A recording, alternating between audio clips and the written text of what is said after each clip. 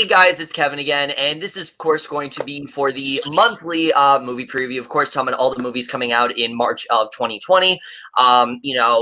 This year hasn't been that great so far. There's definitely been some good ones, but this month definitely looks a little more promising for sure.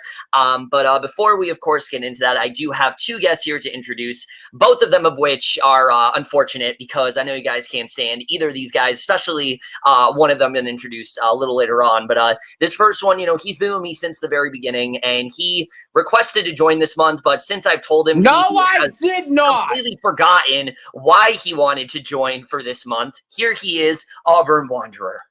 Okay, you're lying. I did not request You literally said I want to join for March. I have it down. I do not remember that. And also, how dare you? How dare you diss my Lord and Savior Jason Fulcher like that? You fucking spoiling it, even though it's a Bro, what are you talking? It's in the title. Yeah. And the opening credits. Wow, spoiling who's in this thing, even though I already did. Fucking dumbass bitch. Anyway, so besides those two disclaimers, I'm here. I'm eating sushi. Fuck Kevin, and yeah. All right, and secondly, because he already spoiled it, this next person introduced literally spent the last 20 minutes convincing me that he was asleep, and I was worried we weren't going to be able to do this because of it, but then finally decided to show me that he was fucking with me, which of course, this is so typical of him. Here he is, Jackson Fulcher. Okay, to be fair, I didn't say I was asleep. I said I was taking a shit that whole time. Well, either way, both of those did not actually happen. I was just sitting here listening to you whine about how I wasn't answering and complaining about how, oh my god, no one's here yet. Oh. You're making me go insane, bro. I literally had to play the worst fucking shit. I literally played the entirety of the 41-year-old virgin trailer, and I heard nothing from his end. Because, well, duh, idiot. I had to keep the gag going. I thought that would break you. I thought you'd be like, all right, I can't do this anymore. Turn this off. No, nothing breaks me, motherfucker. Wow. All right. Well, with that, of course, now we're going to get into all the movies coming out in March. Where, guys, this is a really big month for movies in terms of releases. There's a lot of stuff coming out for sure that we're going to talk about. Starting off with this first movie, of course, coming out on March 4th, but there's going to be an advanced screening of it next week. That's why we are doing this. When we're filming this a little bit earlier than usual. And, of course, that film we're going to be talking about is Pixar's next, hopefully, great film, Onward. What was Dad like? His beard was scratchy. He had a goofy laugh. I wish I'd met him. I have something for you from your dad. It's a wizard staff. I wrote this spell so I could see for myself who my boys grew up to be. This spell brings him back. Back to life? He wanted to meet you more than anything. Holy toot of Zadar! How did you... I don't know. It just started. Hang on! Dad? There's no top part! Dad, you are in your house! Oh, boy! All right, so Onward overall, I have been very excited for this one for a while. I mean, whenever Pixar announces that they're doing something original, I get really excited. I enjoy their sequels, but I feel like they're at their best when they are making original stuff, when they're finding ways to, flesh out new worlds and things like that. They're one of the most creative studios out there. I'm currently rewatching their entire filmography, and it's just reminding me just how innovative and creative they are in terms of animation and things like that, and how they're leagues above most. And Onward just seems like it's going to maintain that quite well. You got some really great voice actors here, and Chris Pratt and Tom Holland. They look like they're going to have fantastic chemistry for sure. I'm very excited to see what they're going to do here. Octavia Spencer, I'm hearing, is like really funny in this movie as well, so I'm excited to see how that goes. But then just the world overall that we're in just seems so different and out there and just really kind of quirky in that way. And I'm really excited to see how that all turns out. And just the premise of this movie with these two trying to get over the loss of their dad, but yet they're able to find him again in the form of just his pants, I think is a really interesting idea. It's something we haven't really seen before. And it looks like the film is going to play around with that idea very well. I'm very excited to see how this film really does turn out. I think there's a lot of potential behind it for sure. It's definitely one of, not my most, but one of my most anticipated of this month for sure. And I really hope it does pay off. The animation here, of course, looks absolutely drop dead gorgeous. And yeah, I mean, this is really the first big animated release of the decade. And so let's just hope we get off to a really great start, because I think there's a lot of potential here to make another really great Pixar classic. Farmageddon was the first big movie, animated movie of the decade. But anyway, that was on Netflix and not theatrically. Bro, the fucking Irishman was on Netflix. Like, what's your fucking point? Because that one was on like 30 theaters. That was also that was theatrical though. Who fucking cares? It's also a Netflix movie. Anyway, so I think this movie looks really good. I like the cast a lot. I think the idea is really interesting, having like witchery and unicorns and like these like dragon beasts. It looks like a lot of fun, creative, colorful fun. But also, the basic plot to this movie is just like tear-jerker the movie. And so that should be fun, but I will not be going to the advanced screening because I'm going to wait to see it in IMAX. But because in IMAX. No, my IMAX theater is a real one, bitch. Fuck you. Okay. I had to go to a fake one for Parasite, but it's okay. All anyway, so I'm excited though because it's Pixar, so I'm excited anyways. And I agree with you. I like the original stuff more. I mean, yes, Toy Story 3 is like probably their best movie besides like Monsters Inc. in my opinion. But like, I mean, I do like seeing them do like more original stuff. Like this, Inside Out, Coco. You know what I mean? So yeah.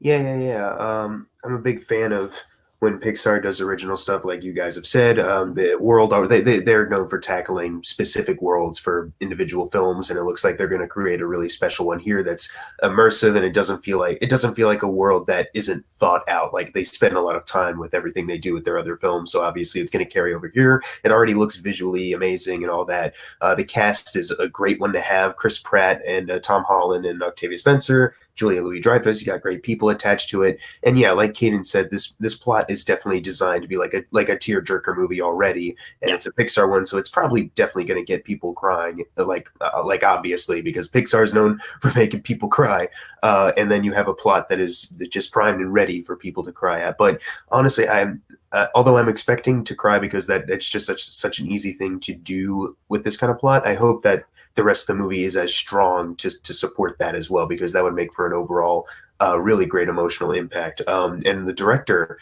I think, might be able to pull it off well, because in Monsters University, which is I didn't even talk about that, which I find underappreciated. I really like that one. There's a moment with Mike Wazowski later on in the film that actually got a little bit more personal than the rest of the film kind of was. Like it kind of was, but it was building up to this moment. I was like, this is really great character building for these guys for a prequel. So I think he'll pull off this movie very well. I'm very excited for it. All right, guys. So Onward, if you guys are looking forward to it, which I'm sure many of you are, it does come out, of course, on March 4th. Really hoping that this is another really great hit for Pixar. But also coming out on March 4th is a movie that I've had kind of a weird history with, and I'll get into that in a little bit. And Caden here, though, he's the guy that, out of everyone here, he's the one that needs to introduce this film because of what it involves. I mean, I want to see this a lot more than Onward, so I think that says something. Yes. And that is The Way Back. All right. Way back. Okay, yeah, sure. Anyway, so. We need a new coach, Jack. You're the first person I thought of. Is the team any good?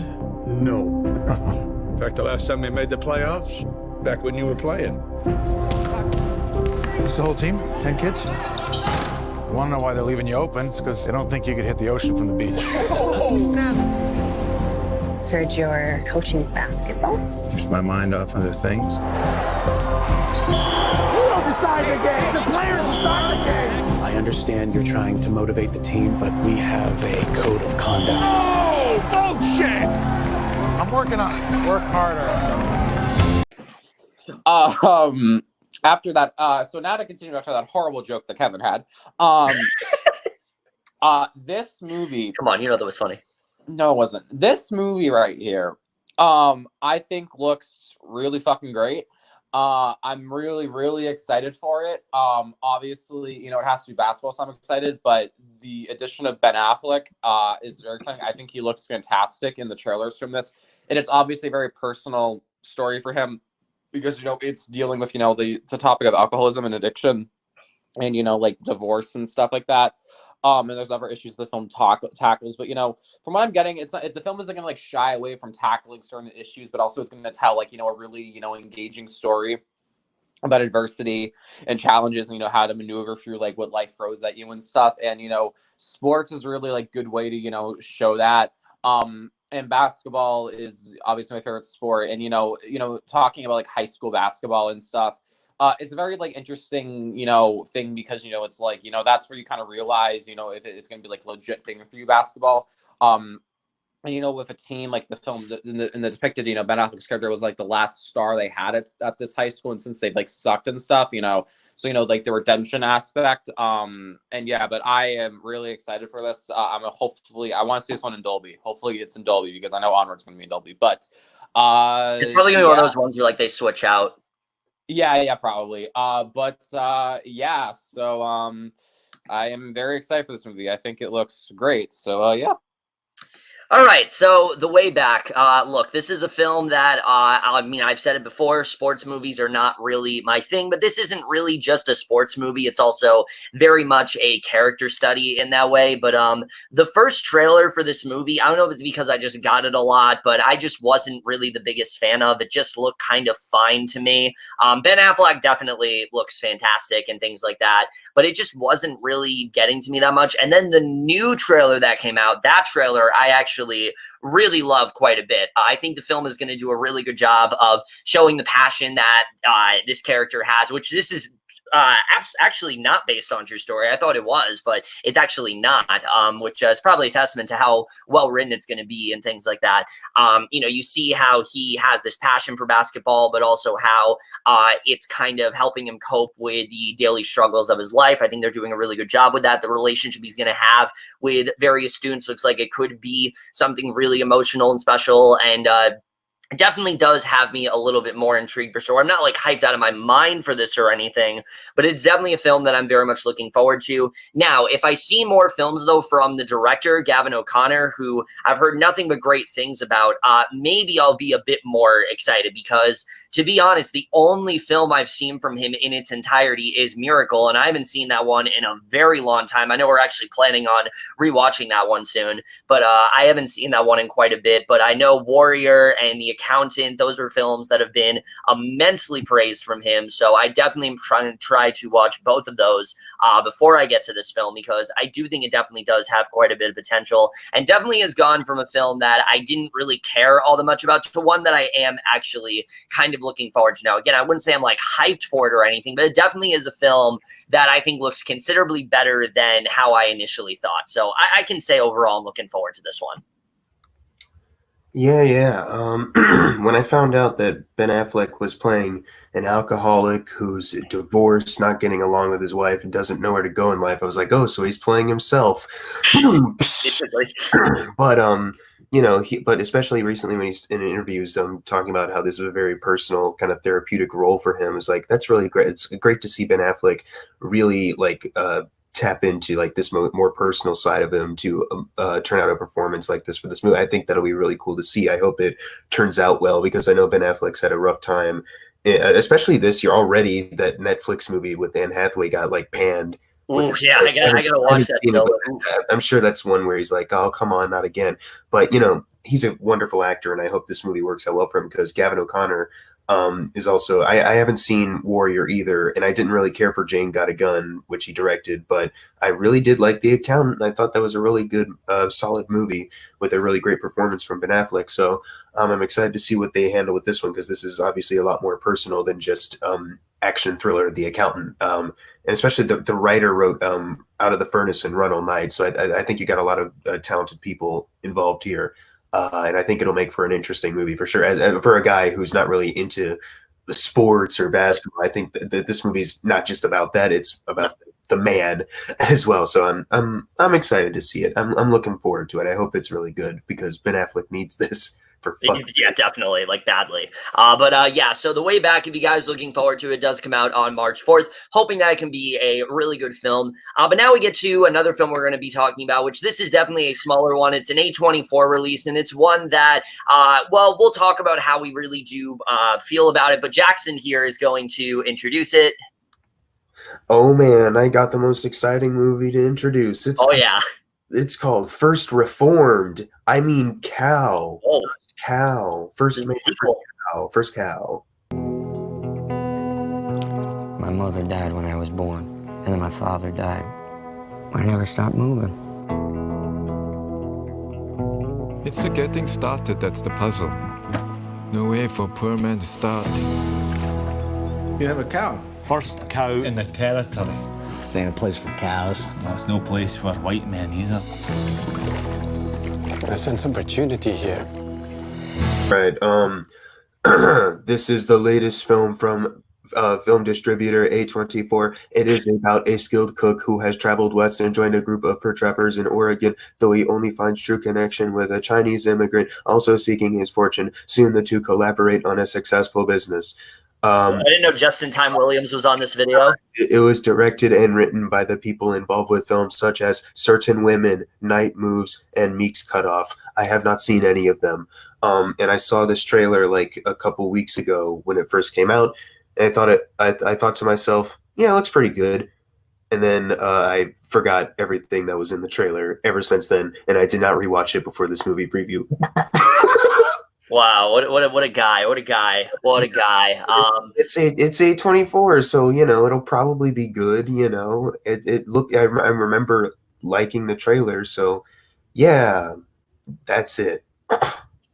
Here's the thing. I basically have to agree with everything you said because I remember seeing this trailer. I believe it was before some indie film that I saw. I don't remember exactly. I think it was Pain and Glory. Yeah, it was Pain and Glory. That's the one I saw before. I think it was that. And so I saw the trailer for it. I remember thinking that the cinematography especially looked drop dead gorgeous here. It looked like it had a really interesting plot behind it. But yeah, similar to Jackson, I don't remember anything about it.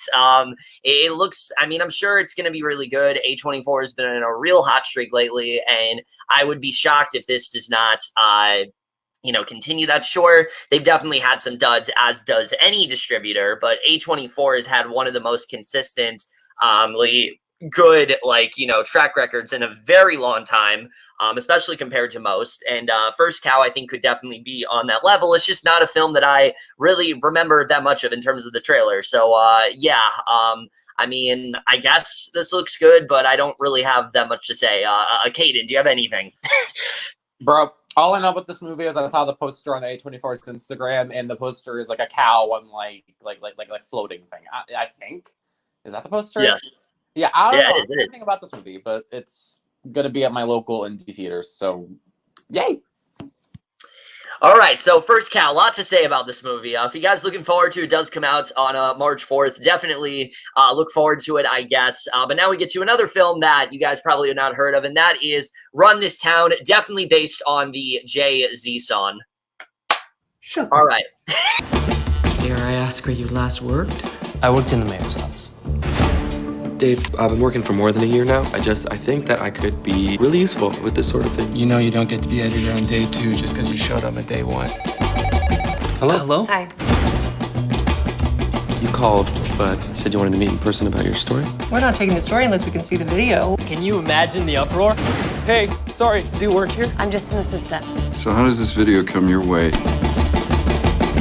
So Run This Town overall. So this is a movie that, it's got Ben Platt and a couple other people in it. And, I started watching this trailer and I was like, damn, this episode of The Politician's really weird, man. I don't know what's going on here. Like, why isn't Ben Platt running anymore? What happened to Judith Light? Like, what's going on here? And then, in all seriousness, guys, this actually I apologize for Kevin's terrible joke. Kevin, you just shut the fuck up. It's not like I said that just to piss you off or anything. I'm being a smart ass. Turn it down. And now I said that to piss you off. All right. Well, in all seriousness, guys, this actually looks a lot of fun. Actually, better than I thought it was going to be, and I think this definitely has quite a bit of potential. I especially like the idea that it's not really about the person in, the person in the position of power. It's more about everyone else that he's affected. And it looks like it could be a really interesting film in that way. I've heard a lot of really good things about it, surprisingly. And I'm definitely excited to see how it turns out. Really good cast here for sure. Ben Platt, Damian Lewis, Jennifer Eel, Mina Masad, we'll see. Nina Dobrev, we'll see. But, I like Ben Platt a lot. I think he's very much shown from like the politician that he absolutely can carry a film, and I think he's going to do a pretty good job with that. I have heard there are apparently some like inaccuracies going on with things like that, and some people are a little pissed about that, but hey, I don't know too much about the story, so that's not going to bother me all that much. All I can say is from the trailer, I was definitely intrigued. I think this definitely has a lot of potential behind it, and definitely got me excited. So yeah, I'm looking forward to this one. I don't know anything about this movie, and I've never even heard of this movie. So I just want to say quickly that this orange cream flavored vegan gelato that I'm eating is very good. That sounds kind of nasty, but Jackson, bro, this shit is fucking amazing.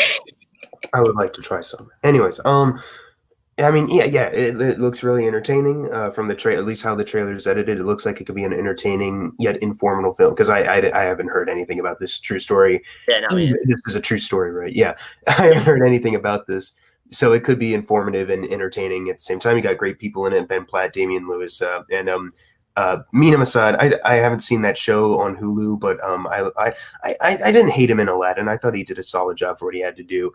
Wait, he has a show on Hulu? What the fuck? Yeah, he's in some. I forgot the title, but he's like a supporting role or something like that. I don't know, but oh, that one. Yeah, I know what you're talking about. Okay, whatever. Yeah, I didn't say the title, but oh yeah, I know that one. I just looked it up. Oh god, but yeah, I don't think he was bad in Aladdin, so I'm happy to see him do something else outside of a soulless Disney cash grab remake. And it looks fun. I didn't know about the inaccuracies thing until you mentioned it, and also I didn't know that this was a true story either. So I mean, at this point, I guess I'm just looking for an entertaining, informative movie about this situation. So I mean, it looks well acted. Looks like it could be well made. I hope it's a fun time. Yeah. All right, so Run This Town, if you guys are looking forward to it, it does come out on March 4th. Definitely look forward to it. But now we get to a film that is very interesting, guys, because this is a movie that you would think, based on the property, it would be a much bigger release. But I think that says a lot about how this really does look overall. And Caden here is going to introduce it. The Jesus Rolls. Oh, my God. What a honey, huh? But I'm pro. I know you got a screwdriver. Aren't you a little old to be stealing cars? Jesus! I thought you were in the slumber. Just got out. So you celebrated by stealing my car. That was the first thing you did. Well, I can't hack it in the home. Should have thought of that first. Oh, right in here. Okay. I watched the trailer for this back when it came out. I think it looks okay. I hope the movie is better. The Big Lebowski is a very good movie. Obviously, this one is only doing with like some of the side characters and stuff, but I'm mostly still gonna watch it, but I hope it's good. So yeah, but that's that. America. Yeah, so Jesus Rolls overall. This is a movie that I knew was probably coming out this year, but I was not expecting two things. I was not expecting it to get an abrupt release in the way it was, like literally a week ago say, oh yeah, this is coming out like March 4th. I was like, what the fuck? Is it gonna be in theaters? I think it got like a small rollout, but a very small one. And that's the other thing. I was certainly not expecting it to be this buried in the way it was. But then you watch the trailer and you're like, oh, okay, now it makes sense. Because to me, at least, I think this looks really, really fucking bad.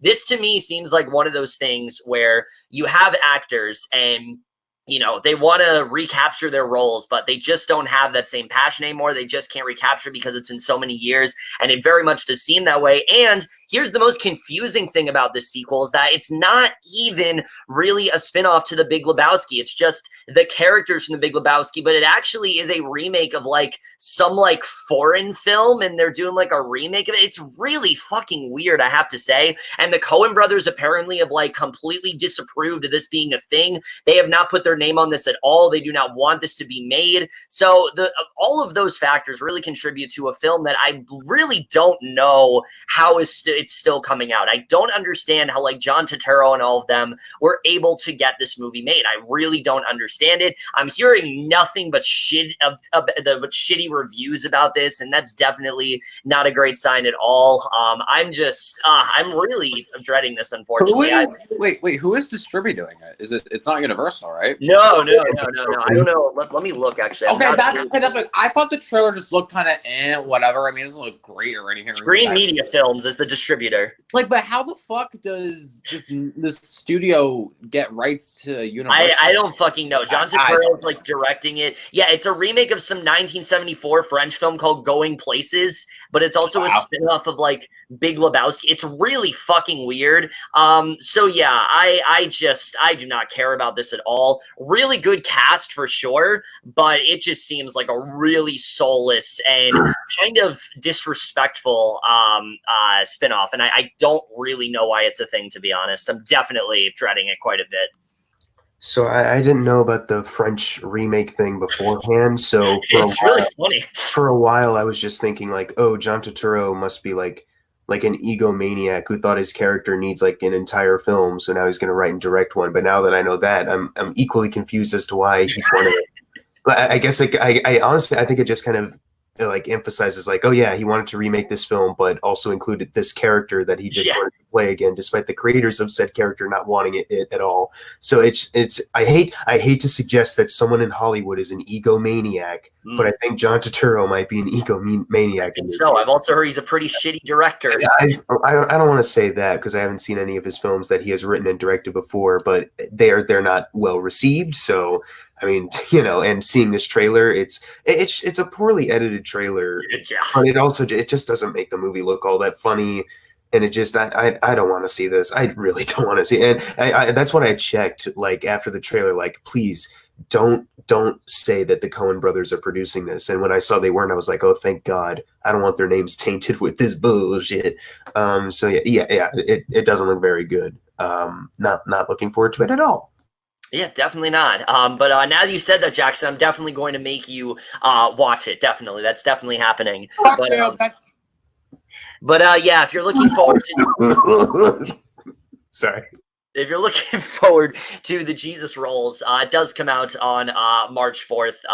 Really don't understand how this movie is still coming out. But now we get to the next film we're talking about. And this is the first of a few Netflix films that we'll be talking about for this month. And this one is one that, again, you would think would be getting a theatrical release. But then when you see who's attached to it, it kind of makes sense why it's not. And Jackson here is going to introduce it.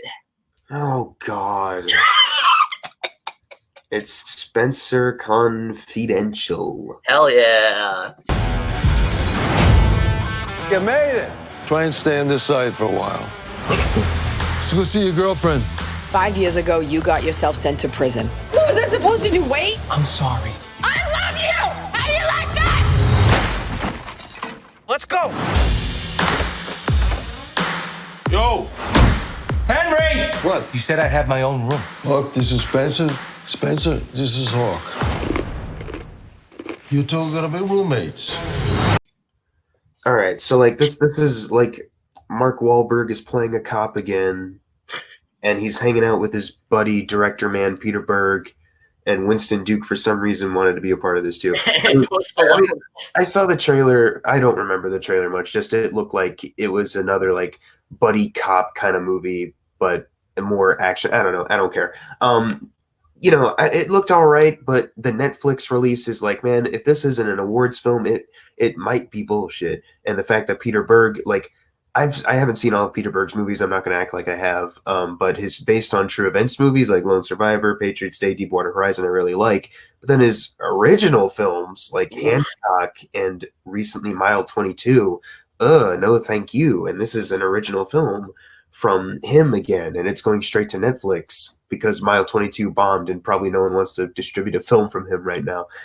I don't really care about it, man. Like, maybe it could be fun. I hope it is, because I like Winston Duke, and Mark Wahlberg can be a good actor when he wants to be, but I just don't have a lot of faith in it. I do find it kind of funny that, like, the other guys is like Mark Wahlberg. Like, Mark Wahlberg's kind of playing like a parody of himself, like of like characters that he'd play, but now he's just like playing like the tough guy cop, like the cliche tough guy cop who well, he's an ex-cop because he doesn't play by the rule, whatever. It's like, man, you gotta have some self-awareness. Come on.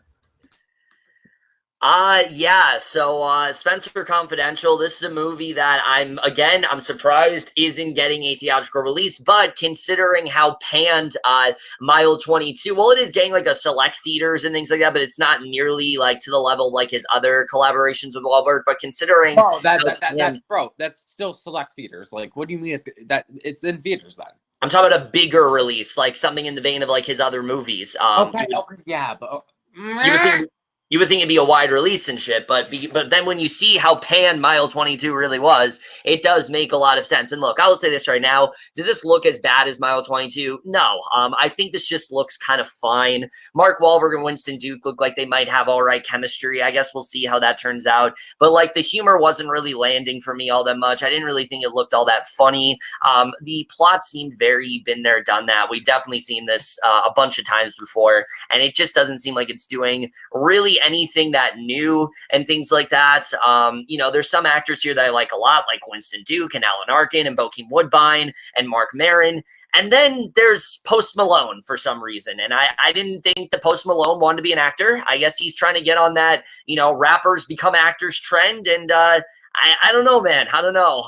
But I guess we'll see. I mean, we'll see how this movie turns out. I'm not dreading it or anything, but it just looks very whatever. I'm hoping this is one of the better Berg and Wahlberg collaborations because they were going strong for a while. I liked two of them. I didn't like one of them, and then I fucking hated the other. So I guess we'll see how this one turns out. Hopefully it surprises me, but who even knows anymore? Caden, go ahead. Which this movie was also filmed in Boston. Of course it was. Now listen. I completely forgot this movie was a thing. I haven't seen the trailer for it. I didn't even know Post Malone was in it. He is. No, Kate. He's Austin Post. You got to say it right. Sorry. Austin Post. I mean, yes, because he wants to be taken seriously, so he's got to be called by his actual name. Hey, Post Malone is pretty good. Okay, but listen, is he even an actor though? I don't know. The Weeknd isn't an actor, and he was fine in Uncut Gems. But listen, he's like a main. But like Post Malone's like a main character in this movie. Okay. Also, The Weeknd was playing himself. But listen. Yes. Listen, I just don't care about this movie, to be honest. Like, I think Mark Wahlberg is a good actor, but he's not great. I haven't seen any of Peter Berg's movies. I've seen parts of Patriots Day. But obviously, I've seen parts of Patriots Day because I'm from Massachusetts, so I just haven't finished it. But what the fuck? I thought it was okay from what I saw. So I mean, I don't know. I just don't care. And yeah. So yeah, and I'm just gonna keep eating my gelato. Fuck you. Yeah. All right. So Spencer Confidential, if you're looking forward to it, it does come out on Netflix on March 4th. But now we get to another film that, going back to films that I didn't think would ever see the light of day. We get to another, which is the second of 3 Apple.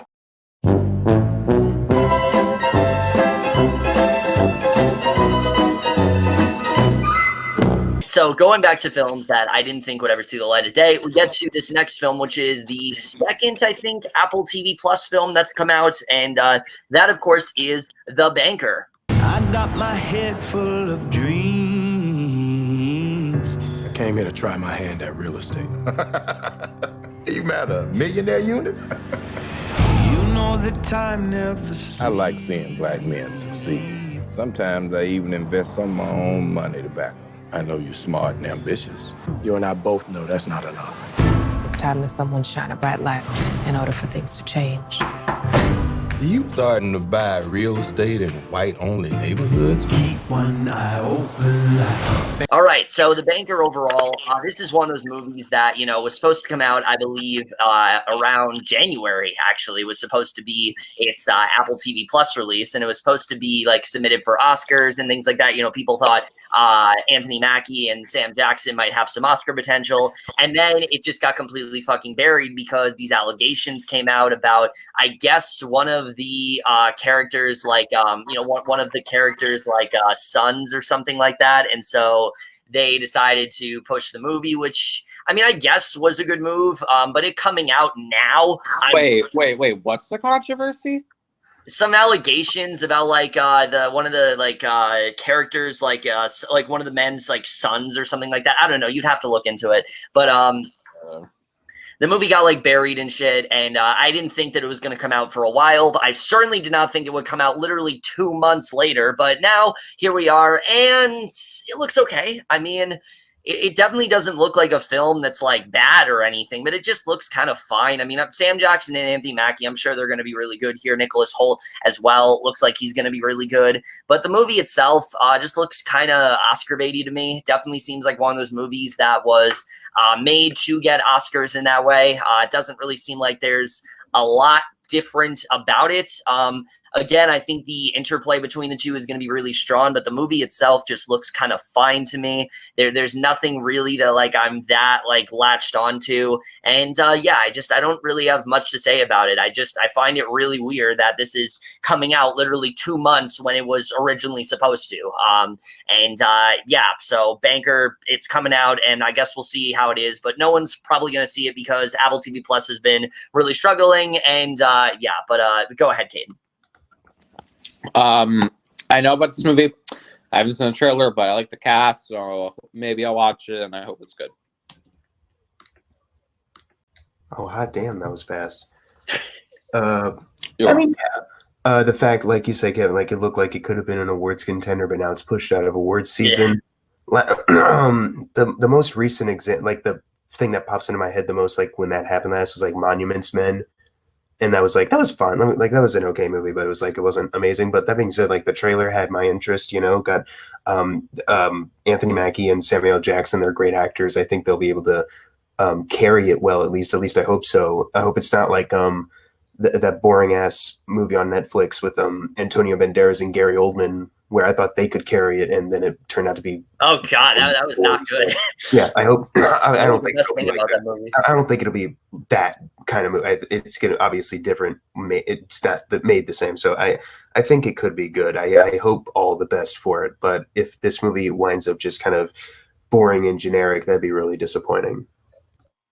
Yeah, definitely. But The Banker, it's coming out March 6th. It's not coming on to Apple TV Plus until March 20th, I believe, but the limited release is on March 6th, so definitely look forward to it. Hoping that it was worth the wait. Just from the trailer, it does not really seem that way. But those are all the films coming out on the weekend of March 6th, obviously. Of course, Onward, The Way Back, Run This Town, Jesus Rolls, Spencer Confidential, Banker, all those coming out then. So now we get to the next week, and we start off with a film that is going to change everyone's lives for sure. This is going to be the best movie of all time. My mom's birthday, March 13th. I have happy birthday to my mom, everyone. It's March 13th is the next weekend, of course. But of course, we're not talking about March 13th. We're talking about a few days before that, because this movie has a very interesting release, and so interesting that Caden here was just dying to introduce it. You know, his one dying wish is that he needed to introduce this movie for sure. So Caden, go ahead. I know you're hyped for this. Yeah, apparently now I'm dying, and this is my last wish. But anyways, yes, yes, just like the character in the movie. Yeah, Kevin, too far. Now listen, it's time to introduce some true Kino. I still believe.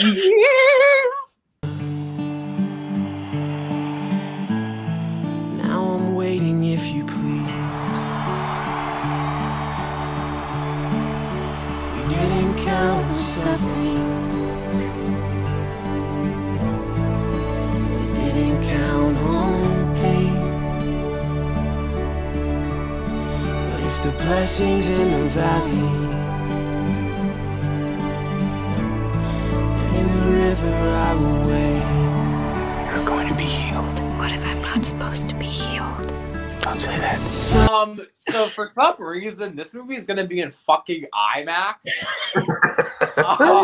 And it's gonna get an early release in IMAX. Hell yeah. On March 11th for like one like advanced fan screening.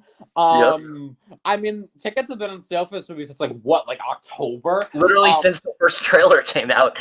Yeah, like what? Like what? Like imagine buying tickets to a movie like 5 months early. Like why I mean, would, F9 just did that. okay, but that's Fast and Furious. There's a difference. Like Fast and Furious is one of the biggest franchises of all time. This is a fucking like stupid ass fucking Christian movie. Yeah. Like I know those films have an audience, but they only make like what, like 10 million opening weekend usually. So it's like, I don't know. Listen, this movie looks whatever to me. It doesn't look as bad as some of the other Hallmarky type movies. Oh, definitely not. You know, I mean, it doesn't look good, but I mean, it doesn't look like the worst thing ever. Maybe it'll be a good romance movie. I don't fucking know. I don't know. I just don't know why the fuck this is an IMAX. Like, it's so weird. But anyways, like Bloodshot's gonna be an IMAX. I mean, that makes way more sense. I just got the show for an IMAX stuff for Parasite, but like, I just don't know. This movie, hopefully it's good. Probably won't be, but yeah.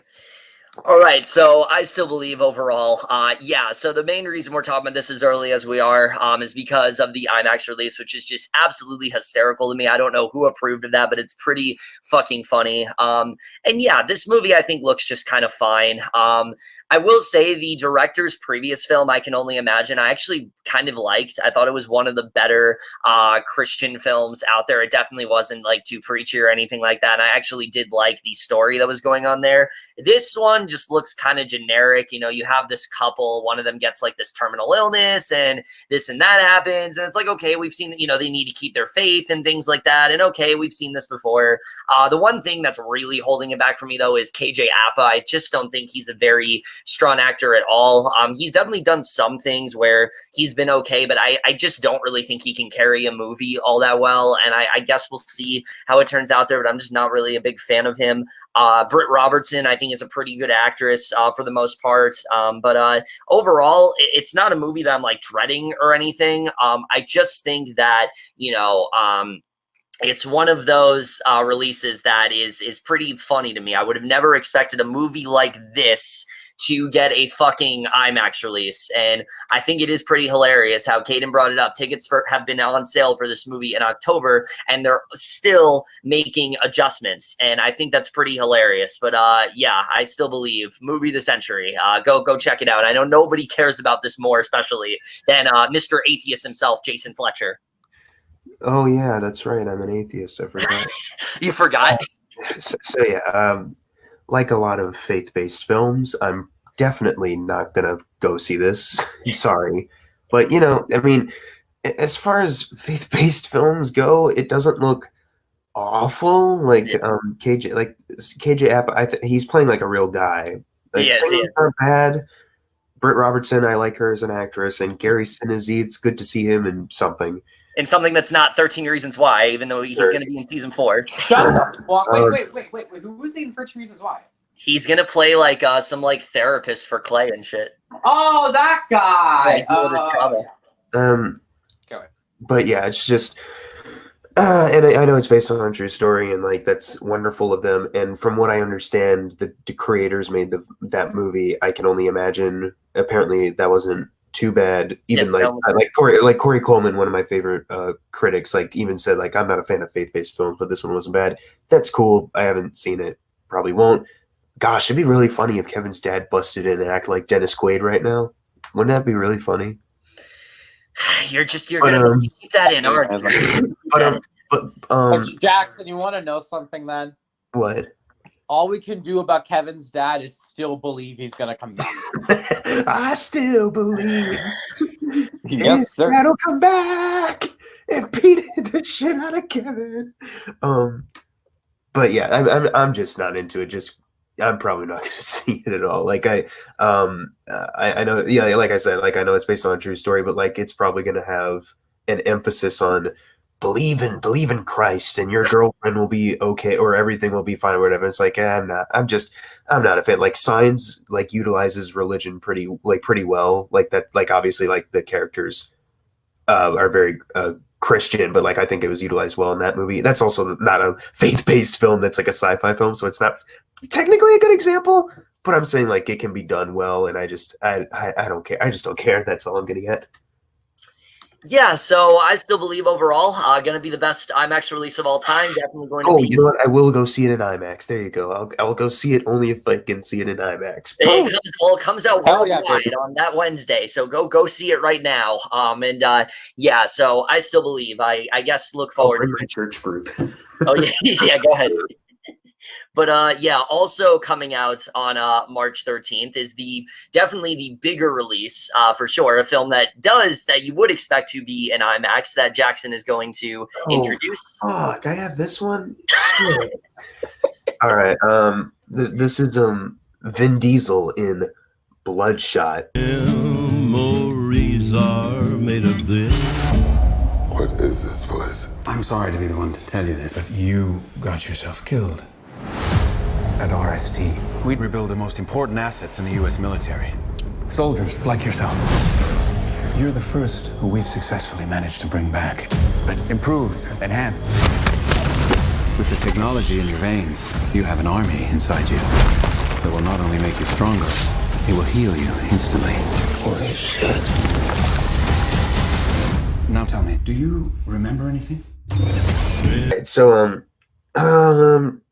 trailer. Let's talk about that first. Looks neat. Vin Diesel is reborn by this company over and over, or not over and over again. They just like wipe his mind and like make him think he like just came back like multiple times to take out. And here's the same stuff over and over again.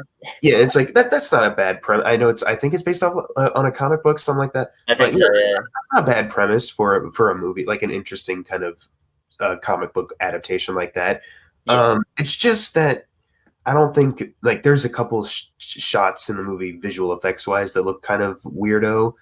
And Vin Diesel, look, I have nothing against Vin Diesel, but I hope he can at least carry this movie. Like I hope he's not just Vin Diesel. Blah, blah, blah. I hope he's like actually trying to play a character. You know, like no offense to him as Dom in the Fast and the Furious movies, but it's not really him playing a character as much as just him occasionally saying lines, but mostly just him executing a stunt. You know what I mean? Jackson, what are you talking about? You don't remember him yelling in Fate of the Furious that beautiful scene with Charlize Theron? Yeah, but that was like I was happy they did that in that movie, but also like any other time, it's kind of like, all right, it's kind of him doing the same thing. He's the egomaniac hero who everyone has to save with these fiery explosions, their cars surrounding it, like whatever. But my main concern going into this movie is that I don't think I'm just not excited for it. I don't think it'll be very good, mostly because the director, he's made like a Love, Death and Robots thing, not a feature film before, so that's kind of a red flag. That's not a complete bad thing, but it is a red flag. But also, you look at the creative team behind it. Eric Heiserer, although he did write Arrival and Lights Out, which are movies I like, he also did Bird Box and The Thing remake, Nightmare on Elm Street remake. So it's like, man, I don't know. I mean, I hope for the best, but then you include the fact that Jeff Wadlow from Fantasy Island and Truth or Dare fame is writing this, and it's like, man, go fuck yourself. I am not looking forward to that. I think it's going to be some bullshit, and you know what? It's probably going to be Jeff Wadlow's fault. But maybe it'll be fun. I don't know. I don't give a fuck. Oh man, Bloodshot. Look. This is a movie that, again, Jackson said, does actually have a really cool concept. The idea that they keep wiping this guy's like memory back, and you know, he becomes like this superhuman and things like that. There's some really cool ideas you can do here. To me, this movie just looks like a bunch of fucking bullshit, though. Like, this just looks really, really dumb. Vin Diesel is not really that great of an actor. He definitely can carry a film for sure, but I wouldn't say he's like an amazing actor. But I do think roles like this are ones where he does shine the most, is where, you know, he's playing these just really just hard characters and things like that. I think he seems like he'll do a fine job, I guess. But everything about this just looks really tired to me. This seems like a movie that we've seen 1,000 times before. Really good cast though. Isaac Gonzalez, Sam Huygens, of course, from Outlander, Toby Kebbell, Guy Pearce, really good cast here. But there are two things that really do bring this down. Obviously, we'll talk about the one thing, but the other thing is I've seen this trailer so many fucking times in theaters, and I'm just so sick of it. There's only so much I can take of Vin Diesel being like, I think I've heard this song before. Didn't I hear this 10 minutes ago? It's like, oh my God. Hey, Vin Diesel doesn't say son. Shut up. And then I know you guys already. And then Guy Pearce going and initiate sequence over and over again. I can't tell you how many times I have seen this damn trailer. But easily the biggest thing that brings us down is, of course, the writing team. You put Jeff Wadlow in anything, I'm automatically out. Especially after Fantasy Island, I really do think he's one of the biggest hacks out there right now. He does not know how to direct or write a movie to save his life, and it very much seems that way here. And I think especially with this film, it's really going to tell us, like, who is at fault for those movies? Is it Jeff Wadlow or is it his writing team? And if this movie turns out as bad as I think it might be, I think we'll be able to solely place the blame on Wadlow, because I just do not think he has any talent whatsoever. I do not think any film that he's attached himself to is one that I really have liked, honestly. Even Kick-Ass 2 really dipped in quality for me on a rewatch. So I really don't have any interest for this whatsoever. I think this just looks really, really dumb. The comedy seems like it's really going to fall flat here. And look, I know there's definitely a crowd for this out there. I know there's people who think this looks like a lot of fun, and that's great. But just for me, this just looks really, really idiotic. And I'm not really looking forward to this at all. Definitely one of my least anticipated this entire month. Oh, no. It just ended, you fucking cunt. I hate that fucking thing. I hate that fucking thing. Ugh. Shut up. All right. Y'all are hating on the movie of the century. Oh, yeah. Vin Diesel's Bloodshot, because that's what the trailer says. Okay? Oh, yeah, it does. As well. Listen, this movie, I feel like, could be super, super dope. I love the concept of it, but, like, they seriously got fucking Vin Diesel to play this role. Yeah. Yeah. Listen, I like Vin Diesel, but, like, he's really not, like, the greatest actor ever. No, he's not. Like, the reason he's so good as Groot is because Groot has, like, no emotion. Yeah. And, like, he has some emotion as Dawn, but I mean, like, I don't fucking know, man. I mean, I hope it's good, because I've seen the trailer. I think it looks okay, but I just feel like the movie's going to be really stupid, and, like, the concept is really dope. There's some cool visuals, though. I know people have been saying, but that one shot with, like, the face and, like, it comes, that part's dope as fuck. I can't even lie. But, like, I just hope it's good, because the concept's dope. Maybe I'll read the graphic novel it's based off of, because I heard that's decent. And yeah, so hopefully it's good. Well, yeah, just add on really quick. Like, if Vin Diesel does, like, put a really great performance into this, really brings the character to life in a really great way, then that's awesome. Like, that's really great. I'm glad he's doing that. But taking into consideration the movies outside of, like, Fast and the Furious and outside of Groot, like Triple X and The Last Witch Hunter and, like, other stuff like that, it's like, man. I don't know. I don't know, man. That's all I had to add. Go fuck yourself. Yeah, so Bloodshot overall, if you guys are looking forward to it, does come out on March 13th. Hoping it's good, but not really feeling it really at all. But now we get to a movie that is absolutely going to be the movie of the century. This seems to be the month of just movies that we thought were never going to see the light of day are suddenly coming out. Finally, this movie is coming out, and that is My Spy. We can cut a deal. I want you to teach me how to be a spy. Just to be clear, this is a one-time arrangement. Never again. Pinky promise. So what's first? Shooting range, obstacle course, or how to walk away from an explosion? Lie detector test. I can smell a lie. Endorphins release an odor, and the ultimate tell, slightest blink of an eye. You mean like this? JJ, I admire all of your tattoos. Stop. JJ, I believe you that you've never taken steroids. Damn, she's good. So, My Spy overall, what an interesting film. I mean, I can't recall this ever happening like this much before. A movie getting around so much that like the trailer literally plays in my theater for like almost a year. It's almost been a year since I've been getting this trailer. I remember this was supposed to come out in like sometime in the summer, and then it was delayed. Then it was supposed to come out in September, and then it got delayed. Then it was supposed to come out in January, and then it got delayed. And now it's finally allegedly coming out on March 13th. And I mean, it looks fine. I've definitely seen worst films like this before. There are like 2 jokes in the trailer that do make me laugh. The one with the wedding at the end of Shrek, that always does get me. But really, other than that, it just looks very generic. It seems like one of those movies that's kind of similar to, and I hope it's not as bad as this movie, but like Playing with Fire, where it seems like a movie that would have come out like many, many years back, like back in like the early 2000s. It just does not really seem like a movie that is really going to do much for audiences today. I do like Dave Bautista quite a bit, but he just looks kind of fine in this movie. It kind of seems like he's going through the motions here. The little girl, I just saw her in Timmy Failure, and she wasn't bad in that or anything. I thought she actually did a pretty good job.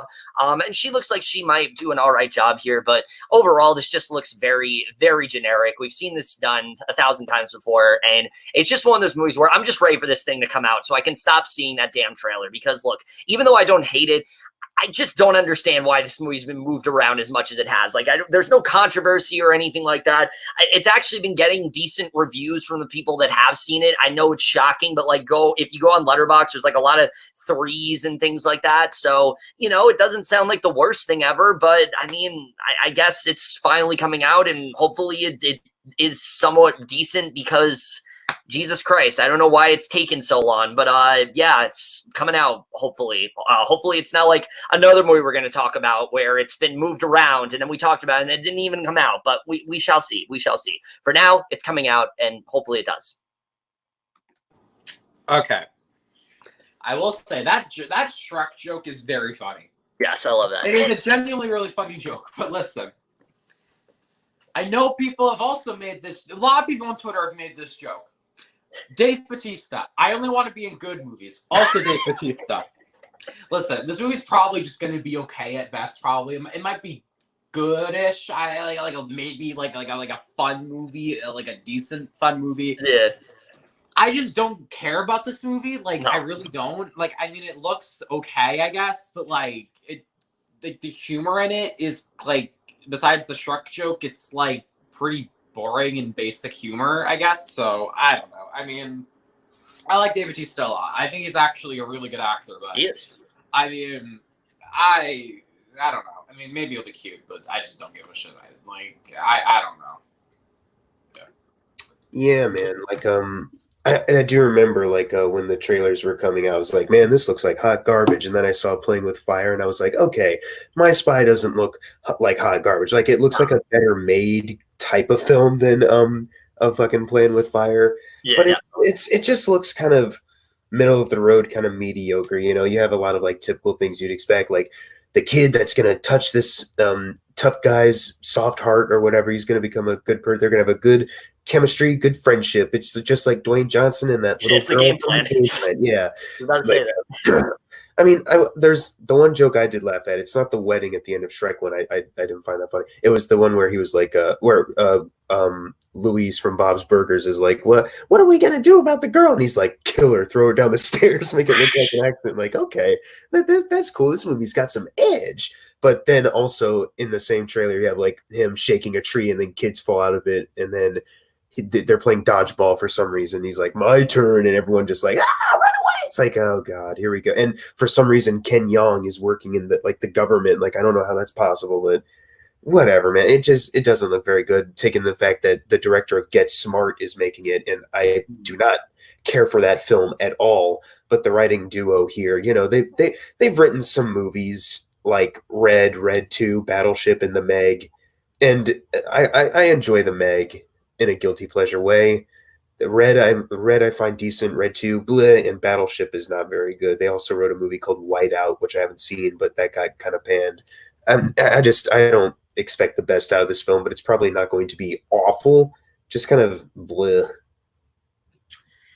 Yeah, so My Spy, again, allegedly coming out. Hopefully it does, so we just don't have to talk about it anymore. And I guess we'll see. But again, going back to movies that never thought would see the light of day, we have a movie coming out finally that I really hate the fact that it was ever delayed, but it's finally coming out, and Caden here is going to introduce it. And that is The Hunt. The last I heard, free speech still exists. Don't First Amendment me. It wasn't real. Everybody get out of here! We were joking. There's been a killing spree. You gotta come here right now. You actually believed we were hunting human beings for sport. But you are. I have not seen the trailer for this movie. So I can't really say anything about the quality of this movie, but I guess we all have our own thoughts on the controversy with it and stuff, but hopefully it's good.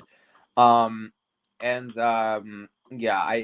really know a lot about this movie besides some of the controversy stuff, but hopefully it's good. So Yeah, so this was a movie that I remember I saw the trailer for just randomly, like it wasn't online or anything, but it was one that I was kind of interested in, mainly because Damon Lindelof was involved. That was the main reason I was like really interested in it, because I was hoping he delivers something really solid. And the trailer, I remember actually being kind of good. I liked what I saw for the most part. I think it's an interesting concept that these they're like hunting like the elites and things like that. And it's kind of showcasing like the divide between the left and the right and all that kind of stuff. But people are like taking it out of context. And I think it's actually pretty hilarious that like the new trailer is just making fun of those people. I think that's pretty great. I fucking love the new trailer quite a bit just because of how cynical it is towards those people. And so the fact it's finally coming out, I'm definitely very, very happy about. I actually really do like the cast here. Betty Gilpin,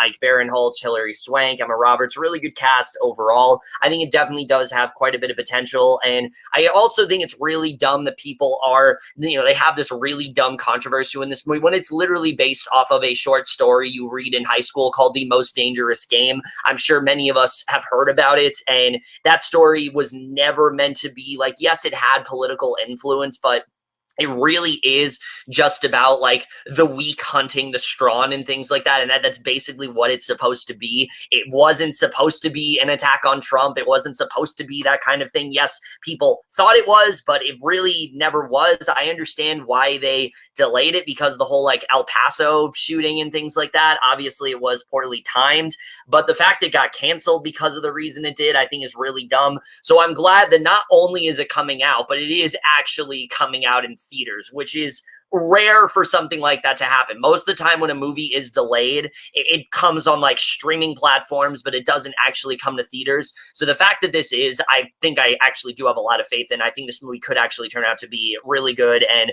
I hope that's the case, because I think definitely they have something interesting here, and I hope it does deliver. I mean, on a creative front, Damon Lindelof, who you love a lot, and Nick Cuse, who's worked with him on Watchmen, and Damon Lindelof didn't do Maniac, but he worked on that and The Leftovers. Yeah. It could probably be a really interesting script. And the director, I'm not familiar with his films, Compliance or Z for Zachariah, but I remember Oh god, this is from the same director of Compliance? Yes. Oh, I'm not looking forward to this movie then. Oh, he also directed the Westworld episode, though, and he directed one of the best. Yeah, that movie sucked. However, he directed two of my favorite episodes of The Leftovers. I shouldn't have said anything. But yeah, man, I'm not familiar with his work, so I can't really say. Just I saw the trailer and it was like, yeah, I can see like the characters that are in this dangerous situation, like the rich white people have put them in this position, and they are all embodying characteristics of like Trump supporters. If I remember that last trailer correctly, because it's been a while since I've seen it. So it's like, yeah, it is kind of because we obviously Jason Blum is a very liberal guy. He produced the Roger Ailes show Loudest Voices. He's also done some other political stuff in his movies, which obviously I'm not hating on it all. Honestly, I agree with him. I'm also a liberal. Whoops. But it's just sometimes. Oh no, my dad just walked in. Oh no. But it's just sometimes I don't think it's as smart as you think. Like occasionally Blumhouse will release something. It's like, yeah, that's really like thoughtful. Then there's a couple ones where it's just like, man, this is just kind of goofy and dumb. Like Black Christmas tried to be really. Oh God, don't get me started. That tried to be something more than it was, and it was terrible. Not because of its ideology or politics, just That's all it was. It was poorly made, and it didn't have any substance other than a very very watered down statement, if I'm describing that correctly. But yeah, I'm just kind of iffy towards this movie because I'm glad it's coming out. I'm glad it's not being put on the shelf or being released to like Crackle, like the interview was, or wherever that was put out. But I don't know, man. I just don't know. I can't trust Blumhouse completely, but it could be a fun horror film. Maybe. I don't know. Hopefully it's smarter than most other Blumhouse movies that are falling flat on their face, like Black Christmas, which sucked. God, yeah. That was really bad. But yeah, so The Hunt, hopefully this is definitely worth the wait because, we've waited long enough for it, but it comes out on March 13th. Now we get to a film that I actually am really looking forward to, especially after all the hype it's gotten at like film festivals and things like that Jackson here is going to introduce. From the director of multiple episodes of 13 Reasons Why. Never, rarely, sometimes, always. I'm just not ready to be a mom. Where else could you go? Nowhere in Pennsylvania. I think you should try another place.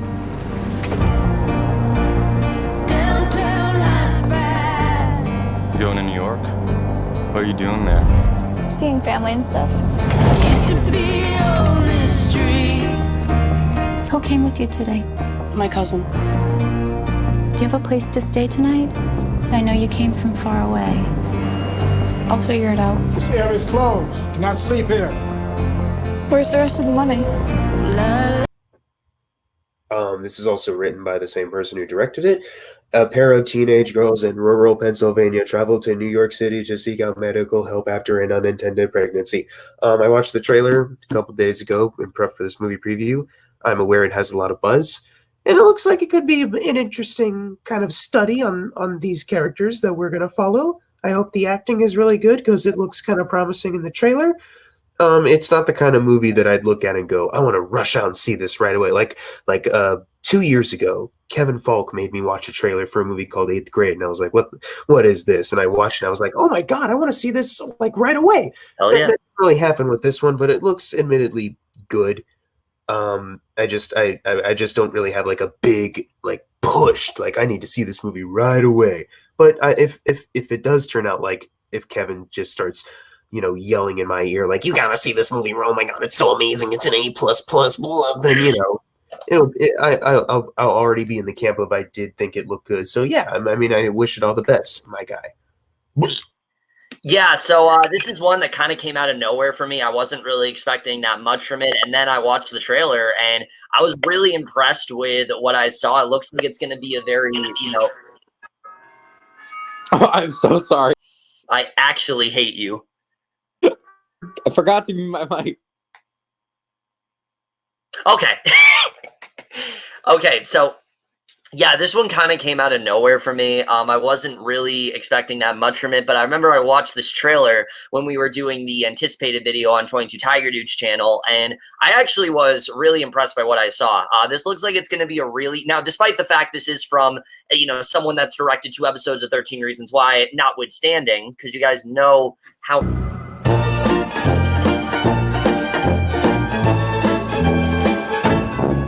Despite the fact that this is directed from someone that's done 2 episodes of a show I can't stand, notwithstanding, I actually do. Well, what episodes? I'm like trying to figure out like what episodes they were. I'm not sure. It doesn't even say on IMDb which episodes. I'd have to look into that, but it does say she's directed 2 episodes.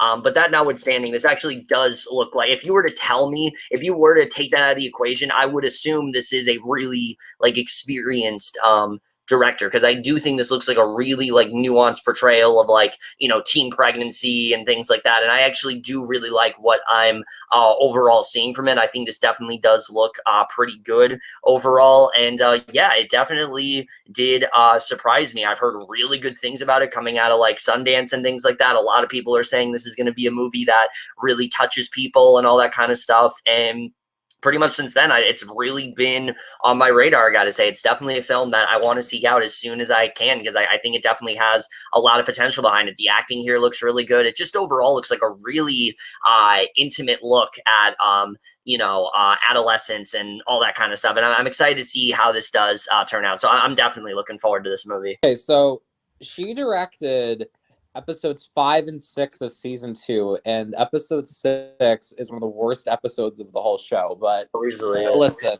which one is? Let me that's the one where we find out that Zach and Hannah like had a relationship, and Clay and Clay goes up to and talk. And I'll never forget, the best scene is when Clay goes up to Zach at the car and is like, "Why the fuck didn't you tell me that you fucked Hannah?"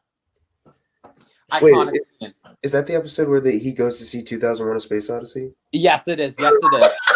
So the director of this movie directed that scene. But listen,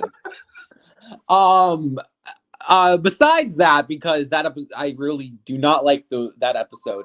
I do think this movie looks really good. I really like the trailer a lot. I do want to see this one in theaters actually. So yes, you know, like I won't let that 13 Reasons Why thing, you know, go against me, because listen, I think that episode more so sucks because the screenplay fucking sucked.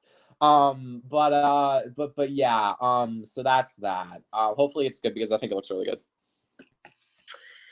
Yeah, so Never, Rarely, Sometimes, Always. Definitely a film that I'm looking forward to quite more than I was initially. But now we get to a film that, again, this is just the month of just movies that were supposed to come out. And now they finally are. Hopefully this one comes out, because we've actually talked about this one before. Literally, we talked about this 2 months ago, and now it's finally coming out, hopefully. It's a film I've actually seen, and that is The Informer. This is recording now, and we'll be recording the whole time. Oslo was a convicted felon. He is also an informant for the Federal Bureau of Investigation. We have a buyer. I would take everything you got, Cabrón. You're a cop. These guys find out you're a cop, you're a dead man, you understand? I'm gonna give you one chance. And I'm gonna give it to you in a few seconds. Bill, freeze! Heads where I can see him, NYPD! All right, so The Informer, really, really funny story, of course. So you guys know we talked about this in the January movie preview, and what's funny is even after I put that one up, the movie had been delayed, but we had already filmed footage, so I figured I'd just keep that in as like a joke, and I hope this movie does come out, because one, I'm tired of talking about it. Two, the awkward thing is that I've already seen this, and I don't have much to add other than this movie's really fucking generic. And I can totally see why it's taken so long to come out, because I don't really know if there's an audience that is going to care that much for this movie, really. So I can see why it's definitely been, you know, why it's taken so long to come out. But I also look how in like the UK and things like that, this movie's already had a wide release. This movie's had a big enough release to the point where it's already out on Blu-ray in the UK. So that, coupled with the fact that this movie has been shifted around so much, and it really isn't all that good, to be honest with you, I just don't understand why it hasn't come out. I don't understand why it's been shifted around as much as it has, other than the fact that, like I said, it just isn't a film that is going to appeal to many people. But I guess we'll see. I mean, I hope it comes out finally, because I don't want to talk about it anymore. And yeah, not much else to add. Go ahead, guys. Kevin. Wow, I want to get this movie preview done before the special screening of. I was gonna also, Kevin. I've already seen the Informer. I was gonna say the same fucking thing. What the fuck, Kevin? Fucking hypocrite. Now listen. I don't even know what even is. What is this movie? I don't even know. It's like Joel Kinnaman is like a ex hitman, and he's like trying to get out of that life and shit. It's boring. I have nothing to say. Now I'm eating vegan peanut butter cup ice cream, so yeah. And Ana de Armas is like totally wasted. Well, I was gonna say that the trailer, you know, looked all right. Like it looked like it could have been like a fun action thriller. But now that I've been told by some douche kazoo that already watched this film because he's impatient as fuck that this movie's generic, then I guess I'm not looking forward to this anymore. Go fuck yourself, Kevin. Yeah, I mean, I'll talk more about it in my catch-up review whenever this movie fucking comes out. But if it comes out on March 13th, I guess look forward to it. Even though if you're in the UK, you've already seen it, so this is irrelevant to you. But either way, it comes out then. Now we get to a movie that I thought could have been really good, and then I watched the trailer, and I don't know anymore. But Caden here is going to introduce it. Yeah, The Road's Not Taken. Can I ask you a question? Okay. What kind of endings do you prefer? Depends on the story. What happens in yours? In my story, a man sets off on a long voyage and overcomes one obstacle after another. And on the last page, he has to decide to continue his life in exile or to come back home to what was once his home. I've never heard of this movie, so yeah. Yeah, so this one, I remember I read the plot and I'm like, oh, that sounds really interesting. You know, you have this Elle Fanning, you know, is playing this daughter who, you know, her father has this weird like condition where, you know, he's constantly in this psychedelic world and things like that, and he has this really weird mind, and there's all these like hallucinations and things like that. That sounds really interesting, and I stupidly thought this was like a horror movie or something because that's kind of what it sounded to me. And then I watched the trailer and it just looks kind of boring. Look, Elle Fanning's an actress that I like a lot, but similar to most of her films, this seems like one of those movies where she's going to be the best thing about it, and the movie surrounding her is just going to be kind of boring because it just didn't do that much for me. I like Javier Bardem, I like Laura Linney, but overall, just not really much to say about this one. It looks kind of fine. I feel like this would have been a lot more interesting if it was more of a psychological thriller, but whatever, that's not up to me. I guess we'll see how the movie turns out, and yeah. Yeah, I actually think it could be an interesting little character study on Javier Bardem. At least that's what I got the impression of from the trailer. Javier Bardem is obviously a great actor, and we have Elle Fanning and Salma Hayek, who are also great actresses. Laura Linney too, also great. And I'm not familiar with the writer or director Sally Potter, but you know, it just from the trailer, I didn't think it looked like that boring or bad. I thought it could be. It's not something I'd rush out to go see or like put up high on like my anticipated list. But like if I ever was like being forced to watch it, I'd be like, all right, might as well see how this turned out. Bleh. I don't think it looks all that bad. But you know, I guess I could be more excited for it. Yeah. But yeah, even then, it doesn't look like a bad movie to me. Yeah, so Road's Not Taken. It does come out on March 13th. I guess look forward to it, but not really much to say. Now we get to a movie that Jackson's going to introduce. Oh my God, for real? Yes. Inside the Rain. You need to be more social. I'm going to a strip club tonight. Strip clubs are not the best place to meet girls. I can't meet a girl in real life. I'm a model. Every Friday night, you can catch me doing body sushi at a strip club. I'm gonna have one order the happy ending. Get away from her! So, what do you do when you're not starting fights in public? I was wrongfully kicked out of school and making a movie to prove my innocence. I make movies too. Loser. We should get married. On a scale of 1 to 100, what do you think your level of functioning is? 100. Facing expulsion from college over a misunderstanding, a bipolar student indulges in his misery at a strip club where he befriends a gorgeous, intelligent, outrageous woman, and they hatch a madcap scheme to prove his innocence. This is written and directed by the actor of the film, Aaron Fisher, the lead actor, I mean. It's also directed and written by him. Yeah, that's what I said. The writer, director. I mean, whatever. I don't know. You put this in last minute, and I hate you for that. Not because this trailer was terrible, but you know, I watched the trailer. It doesn't look. It's just I'm indifferent towards it. I'm just very whatever towards it, man. Like I don't think it looks awful, but I don't have a drive to see it at all. Like there's other movies on here where I'm like, yeah, I'm not like immediately going to go see it, but you know, if it ever comes down to me watching it, I'd watch it. I'd look forward to it. But this, it's just like, I don't know, man. Yeah, this was one that I watched the trailer for a while ago, and I remember really liking it. But I think it was one of those things where, you know, I kind of liked it more like in concept than I did the film overall. Because I do think the premise of this movie is really interesting. You know, you have like this college student who's like not really that great. There's like this misunderstanding that went down, and you know, there's also this like bipolar like student and things like that. And he goes to like the strip club, and he befriends this like porn actress or whatever. And so they hatch this like scheme to like prove his innocence, but like I believe he wanted to be like a film director or something like that. I mean, it looks kind of okay, not really much to say.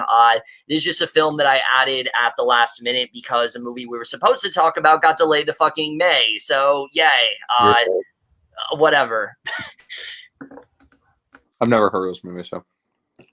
All right, so Inside the Rain, it comes out March 13th. I guess look forward to it. But now we get to a movie that I actually am looking forward to. It's the other Netflix film we'll be discussing this month, and that is Lost Girls. What's she doing in a gated community, 100 miles away from home in the middle of the night? My daughter didn't run away. She's missing. Her last contact with anyone was to 911. What happened? I'm just a driver. I wait in my car, and that's all I do. Honestly, who spends this much time looking for a missing hooker? While searching for a missing girl, one of our officers located 4 bodies. What's over there? Tell me right now, damn it! What did you find? It's not your daughter, Mrs. Gilbert, which is why it's important that you don't talk to the media. So Lost Girls overall, this is one that I actually am really looking forward to. I finally watched this trailer, and man, this looks like a really interesting film. It seems like it's going to be a really hard one to watch for sure, especially about, you know, like how much of a hot button issue, like, you know, human trafficking kind of is right now and all that kind of stuff. And it seems like it's going to be really hard to watch, but it also seems like it's going to be a really riveting film at the same time. Amy Ryan especially looks fantastic here. I can't wait to see what she's going to do in this film. She looks like she's really acting her ass off in this film. The rest of the cast, I mean, Thomas and Mackenzie, who has just been really killing it for me lately. You know, Gabriel Byrne, Una Lawrence, Dean Wynn. I mean, really good cast here for sure. A lot of actors here that I really do like quite a bit. And I don't know, this just looks like a really interesting film. I think there's a lot of potential with this one. I think it's really going to shed a light on like the harsh realities of what happened to people in this situation. And I don't know too much about this story, this specific story, because Maury Gilbert is a real person and things like that. So I'm not entirely sure where they're going to take it. I don't know too much about overall, but I guess we'll have to see. But it definitely looks like a film that, while it's going to be very hard to watch, is one that really is going to captivate me. So it's definitely a film that I'm looking forward to way more than I was initially, especially after seeing the trailer. I think this looks pretty great. I've never heard of this movie. Oh my God. I've never heard of this movie. I'm kidding. I watched the trailer. I was going to say, you had shut up. Fuck you.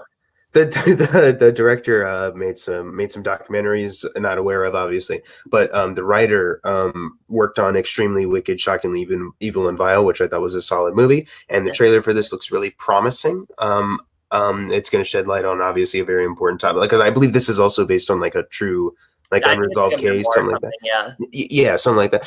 And even if it is a fictional story, if it is, it's still touching on a very serious issue that is very real in our society.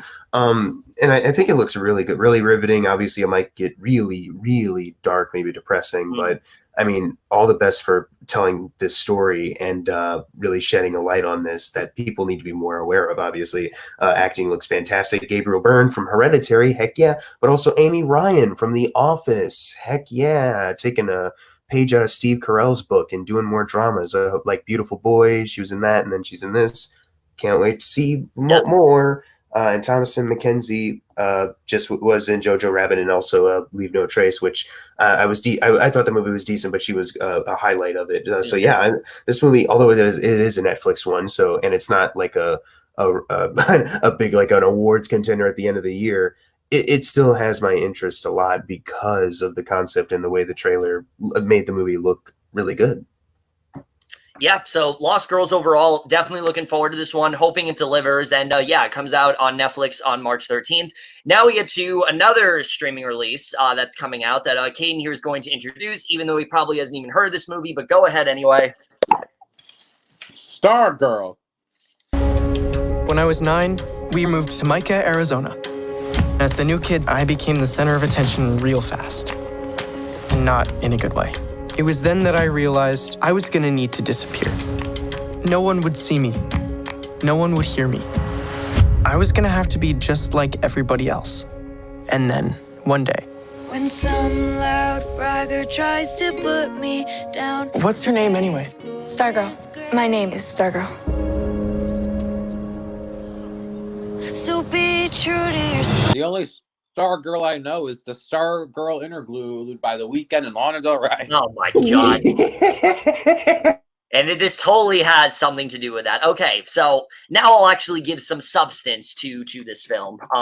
So yeah, this is another Disney Plus release that I guess they got to release one every single month. That kind of seems like that's what they're doing now, even though they didn't release one in January. It's probably because they released like 2 in November. You get what I'm saying? Like they're trying to be as consistent with that as possible. And I have to say, this to me looks like the first one that kind of just looks like we need a film to put out, so let's put this out, because this doesn't really look like anything that special. I don't think it looks bad per se, but it just looks really just kind of whatever. Grace Vanderwall. I remember watching her on the season she won America's Got Talent. I thought she was amazing on that. She's a great singer for sure. I didn't really think she was an actress. And she looks fine here, I guess. But just, I don't know, just this movie looks like something we've seen before where, you know, you have the kid that's like all shy and things like that, and he meets this girl and she like changes his life and they're probably going to fall in love and there's going to be some really cheesy story. And it really seems like one of those movies that Disney acquired because they needed to. They didn't do it because they wanted to or like they really cared about this story. They did it because they needed a film for Disney Plus. And so now they're putting it out and it looks fine. I have no idea why Giancarlo Esposito is in this. He's a fantastic actor for sure, but he's in this movie. He'll probably be the best thing about it. And yeah, again, I don't think this looks bad. It just looks kind of boring and I don't really care about it. Disney Plus has actually been pretty good, I think, in terms of content. This is really one of the first things where I'm like, I don't really care about this at all. Wait, so it's not about the Stargirl interlude? Shut the fuck up. It's based on a book by Jerry Spinelli. Look, man.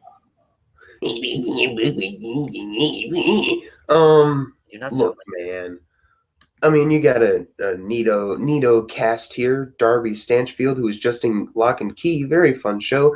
Giancarlo Esposito, fucking Gus, and my guy Karan Brar from Jesse. You know, it looks quirky. It looks maybe it could be fun, but it's a Disney Plus release. My hype for that isn't too, because I've only seen 2, Noelle and Lady and the Tramp. I haven't seen Timmy Failure or Togo yet, but you know, I'm just kind of indifferent towards it. I mean, hope it can be good. You got like the producer of La La Land, Jordan Horowitz. Oh, actually, what the fuck? Yeah, he like wrote it.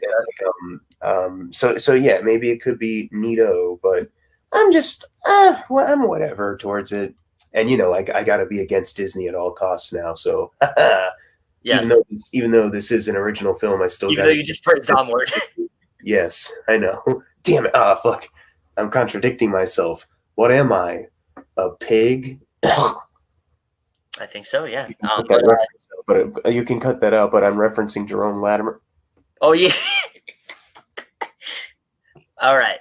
But Stargirl, if you're looking forward to it, it comes out on March 13th. Definitely, I hope it's good, but it looks kind of whatever. Now we finally get to the week of March 20th, where there's a film coming out that not many people have really heard of at all. It's a very, very small film. I know Jackson loves it when I do this gag. It's totally not tired at all, but he is going to love it in a second because he's actually, for once, introducing a film that he is absolutely hyped out of his mind for. Sorry, I had to yawn real quick, but yeah, it's A Quiet Place Part Dos.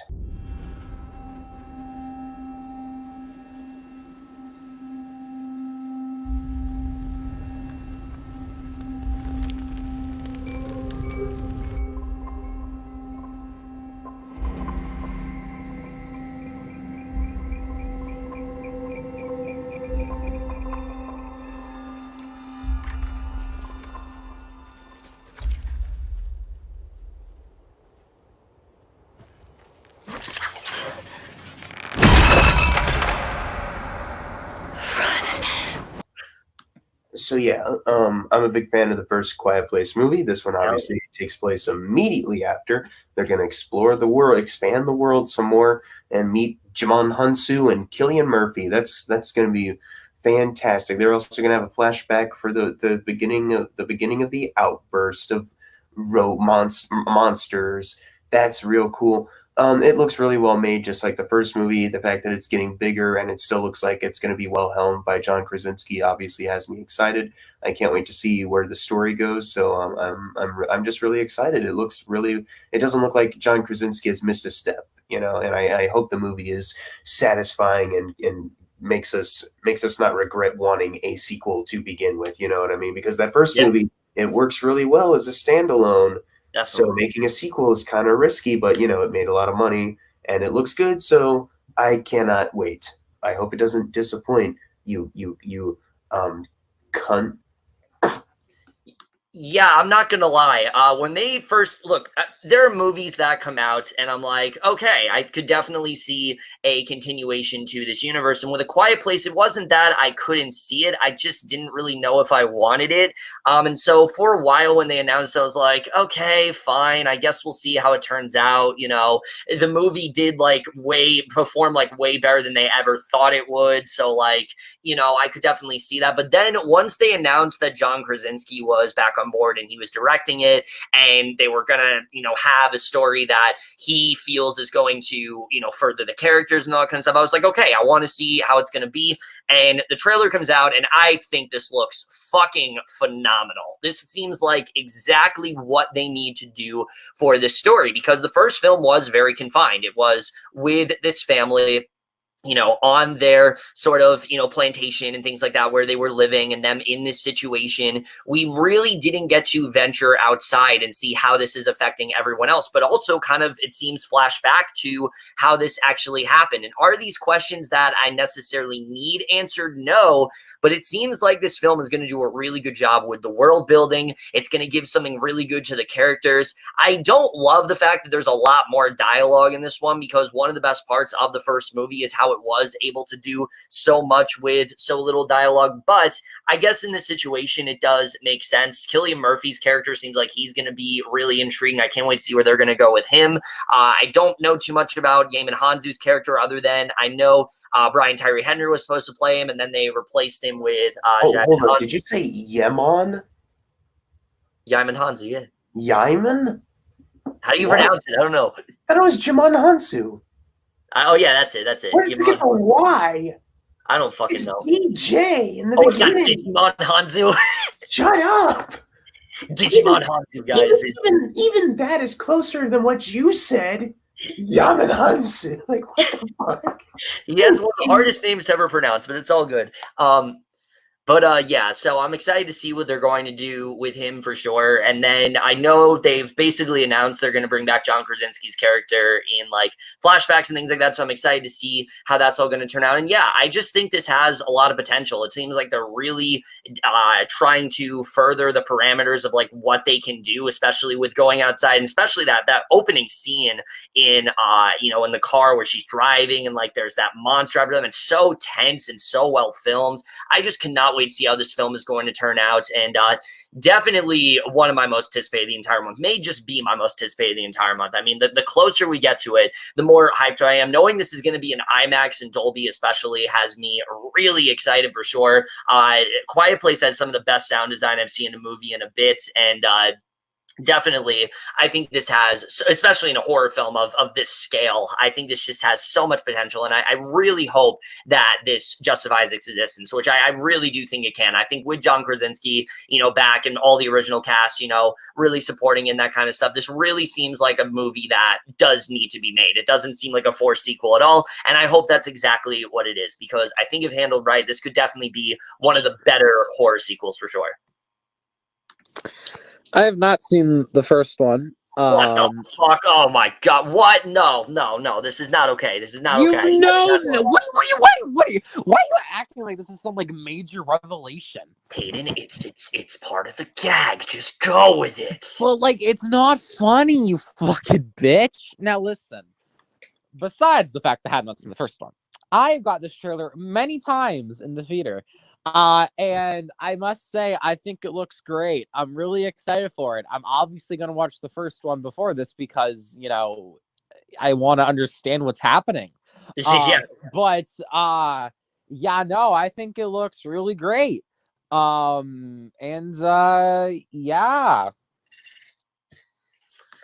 Yeah, so A Quiet Place Part 2, if you guys are looking forward to it, does come out on March 20th. I'm sure most of you are really hyped for this one, and understandably so. Really hope it does deliver. But now we get to, switching gears entirely, we get to a much smaller release that actually is a small film that I'm sure not many people know about, and that is from the director of Shoplifter's next film, The Truth. Vous avez de la visite, je vais peut-être vous laisser alors. Non, aucune importance. C'est ma fille avec sa petite famille. Ah, elle a épousé cet acteur-là. Oh, acteur, c'est un bien grand mot. Welcome. Il était une fois une sorcière, mais son cœur était aussi dur que la pierre. À quelle actrice avez-vous transmis un peu de votre ADN? En France, je vois vraiment personne. Ils viennent pour me féliciter pour mon livre. Comme ils parlaient de tirer à 100 000 exemplaires. 100 000, 100,000 copies. 50 000, pas 100 000. Est-ce que tu peux être vaniteuse? J'en reviens pas. All right, so The Truth overall, this is a movie I've heard about for a little bit. I remember it was at like TIFF and things like that, and people were kind of like mixed on it. Some people were saying it was really good. Some people were saying it was just kind of fine. I saw the trailer, and here's what I'll say. This is one of those trailers where I feel like this concept has massive potential, but just the trailer itself did not really make it look that interesting.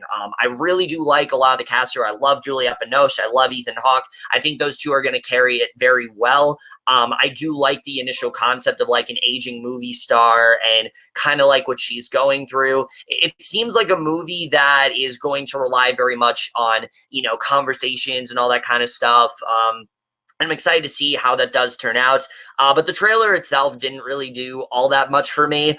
The director of the movie, you know, he, of course, is a very highly acclaimed director. He did Shoplifters, which was a movie that I do think is good, but I do think isn't nearly as good as most people do say. I do quite like it a bit. And I do hope because of that, I think he's going to be the thing that does make this film really good overall. I think it definitely does have some potential, but I guess we'll just have to see. I think it definitely has, like I said, a lot of potential behind it, but I'm not entirely sold yet. It's definitely a film that, while I'm intrigued in, it's not one I'm like that excited for overall.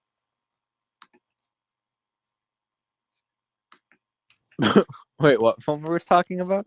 The Truth, the one with Ethan Hawke. Oh yeah, directed by the guy who did Shoplifters. Oh yeah. What the fuck? You gotta listen. I don't know what this film is. I do know what this film is, actually. Oh, okay. I was waiting for you to say that. But the thing about it is that I don't know what the fuck it's about. Or I just said what it's about. Oh, I wasn't listening. I was reading something. So I guess I don't know what this film is. I guess even though I do know what it is, I don't know. I wish I could high five this man right now. Oh my god! What am I gonna do with this man? But yeah, I don't know what this film is either. I'm kidding. Yeah, it looked like a movie. Wow, but I hate subtitles because I'm a racist. Okay, Robert Storms. I can't read. Oh yeah, I can't. I love Donald Trump. Let's go back to Gone with the Wind. What happened to Gone with the Wind? What happened to Sunset Boulevard? Even though it didn't win the fucking Best Picture award, but it's all good. Oh god! But yeah, it looks like a movie. I don't really have a big drive to see it, but I mean, it looks like it's fine or whatever. I honestly watched the trailer and I forgot about it like 20 minutes after. So whatever. Let's move on to number 27. Shut up. Yeah, so The Truth overall, I think it definitely does have some potential behind it, but I guess we'll have to see. It does come out on March 20th if you guys are looking forward to it. Now we get to another smaller film that a lot of people don't know about, and that is a film that Caden here is going to introduce, even though, once again, he has a lot of knowledge about it, just like he has for all of these films. And that is The Climb. Oh, I thought you were gonna fucking sing the Hannah Montana song. Thank you for not. I was actually thinking about it, but I decided not to. Oh my god. Kyle hates me. He should hate you. I know. I'm a bad friend. Oh my God, Mike, are you serious? What you did to him was selfish. Kyle's selfless. He always thinks about other people first. I invited Mike for Christmas. What? He is not doing well. We were his only family, and now he has no one. Mike's in the living room. He got fat. Right? Yeah. Merry Christmas. Merry Jesus. Oh my God! Is that Mike? He got fat. Well, I do know what my Hannah Montana Miley Cyrus's The Climb is, but the movie The Climb, I do not know what it is. Oh my God. I'm going to do bad things to this man. I don't know what yet, but I'm going to do bad things. Kevin, it's better than... Sorry! Kevin, would you rather him do his Tommy Wiseau impression? Get me started, Jesus Christ. Oh, we do not speak of that one, Jackson, just like we don't speak of the July one. Yeah, so The Climb, this is another one that I didn't really know too much about, but I watched the trailer, and I actually really liked what I saw of it. I think this actually does have quite a bit of potential. You know, this story about these two guys that were friends, and then this incident happened, and you kind of see how this starts like a down spiral and things like that. I will say the actual incident, I think, is kind of petty, it's kind of dumb. Like, it's just like, you know, the most generic thing you could possibly think of. But the way it's being executed in the acting, I think actually does look pretty strong. It definitely does seem like a movie that, you know, could definitely be one that kind of comes out of nowhere and definitely blow a lot of people away. I've actually heard really good things about it, like film festivals and things like that. So I'm definitely looking forward to this one. I think it definitely has some potential behind it for sure. And no, it has nothing to do with the fucking Miley Cyrus song. So let's stop that joke. No. Oh, it's my turn. The Climb. Well, I know Ralph the movie maker really liked it, so I should be really excited for it too. Yes. But I mean, it looks good. Like, it looks like an interesting take on a toxic friendship gone real bad. The acting looks kind of natural, which is good. I hope it's actually funny though. I didn't really, because it's kind of like a dark comedy from what I gather, and it was, you know, it was the trailer just wasn't promoting the best of it, but you know, it didn't look all that funny. But if it is more emphasis on the drama, then I guess it really doesn't matter. I am kind of looking forward to this movie after all. Whoops. What the fuck? Wow, what the fuck? Oh my God, wow, I've never done that before. I've been able to turn someone around on a movie. Oh my God. Yeah, if you guys are looking forward to The Climb, it does come out on March 20th. Definitely hope that this is a really good film for sure. Now we get to, guys, another film that Jackson is actually looking forward to that he is introducing. I know, it's very shocking. I'm actually not looking forward to this film. It's called Deerskin. Vous parlez de mon blouson? Non. T'es pas du coin, toi, hein? Je suis cinéaste. Mais votre tournage, là, c'est quoi? Salut, toi. Tu passes hyper bien la caméra. I'm not looking forward to this film because it's a complete foreign film, and I hate foreigners. I hate subtitles. I hate fucking reading. God, if this was this picture, then I'm going to complain about it not going to Gone with the Wind. Anyways, yeah, this movie looks kind of awesome. I didn't know what this was before going in. It's like, oh, Jean Dujardin, here we go. And then as the trailer escalated, I was like, holy fuck, this could be really cool. Like when I actually see the whole movie, like depending on where it goes. Because honestly, I'm watching that trailer and I still don't really entirely know where it's going to go, but I'm intrigued and I actually want to find out. So I am really looking forward to Deerskin. I think it looks kind of wickedly twisted. I hope all the best for it.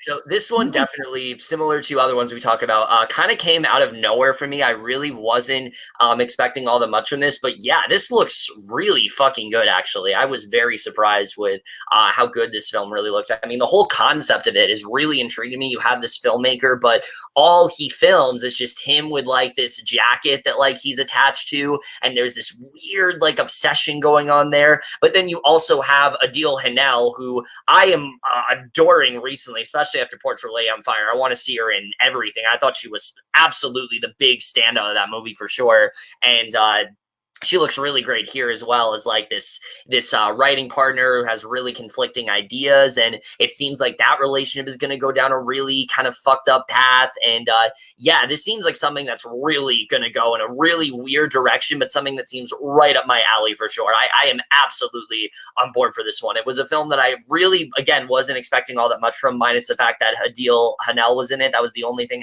or Adele Hanel was in it. That was the only thing I really knew.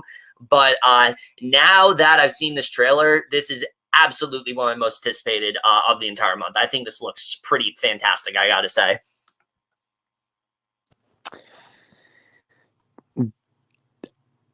I don't know what movie is. I'm not. I'm just gonna stop cutting to you. I'm gonna stop cutting to you at this point. You know what? Fuck you. How dare you? I am sorry. You're a fucking waste of space.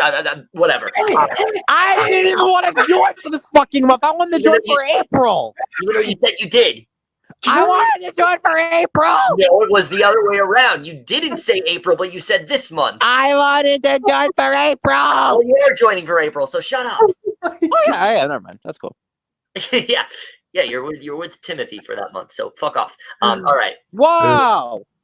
So, Deerskin, if you're looking forward to it, it does come out on March 20th. Definitely looks like a film that is definitely going to be really good. Now we get to the only Amazon original, because there was supposed to be two, but the other one got fucking delayed. This one did not. It is coming out, of course, and that is Blow the Man Down, which I'm going to do to Caden after this video. Can you start over? I'm confused. It was confusing. But you had to do it right. Oh no. I lost control. With a brick. You said it was a harpoon. So what are we gonna do now? I should have just called the police. Hello? Priscilla Conley? You have a small skiff, right? Could get a little grody. A body washed up on the rocks. Enid's business is bringing shame to the town. So Blow the Man Down overall, this is another one that I really did not know too much about, and then I watched the trailer and I definitely was very intrigued by what I saw. I think this looks like a really interesting film. Looks like there's kind of a nice like satirical sort of element to it. The idea of like these two girls and they're keeping this like really dark secret, and they seem like, you know, really innocent sort of sweethearts, but there's a lot that they're like keeping from everyone and things like that. Morgan Saylor and Sophie Lowe seem like they're going to do a really good job here. Margot Martindale, of course, always great, and she seems like she's going to do a great job here.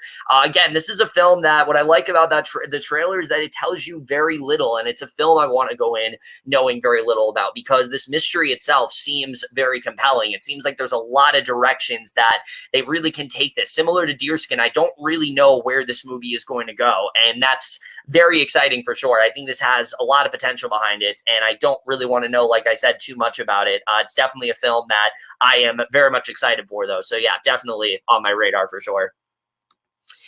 Just say it, Caden. Just say it. You don't even need to. We don't need to. Wait. What movie we're talking about? Oh my god. Oh yeah, Blow the Man Down. Oh yeah, I don't know what the fuck this movie is. Go ahead. It never gets old. Yeah, that's another one where when the trailer started, I was like, okay, what is this? But then as it kept going, I was like, oh, interesting. So yeah, I'm actually excited for this. It looks like kind of like The Death of Dick Long, except I mean, obviously not just in the sense that these two know about it, but obviously it's a different twist on that kind of story. I don't know if it's going to go down the same exact path as that. No. I mean, I hope not. But yeah, I'm really looking forward to it. I think it could be a really interesting story, well told, with some interesting characters. They've already promised that in the trailer, and I can't wait. Come on down to Amazon Prime. Amazon Studios is what they're called. Oh, shut the fuck up.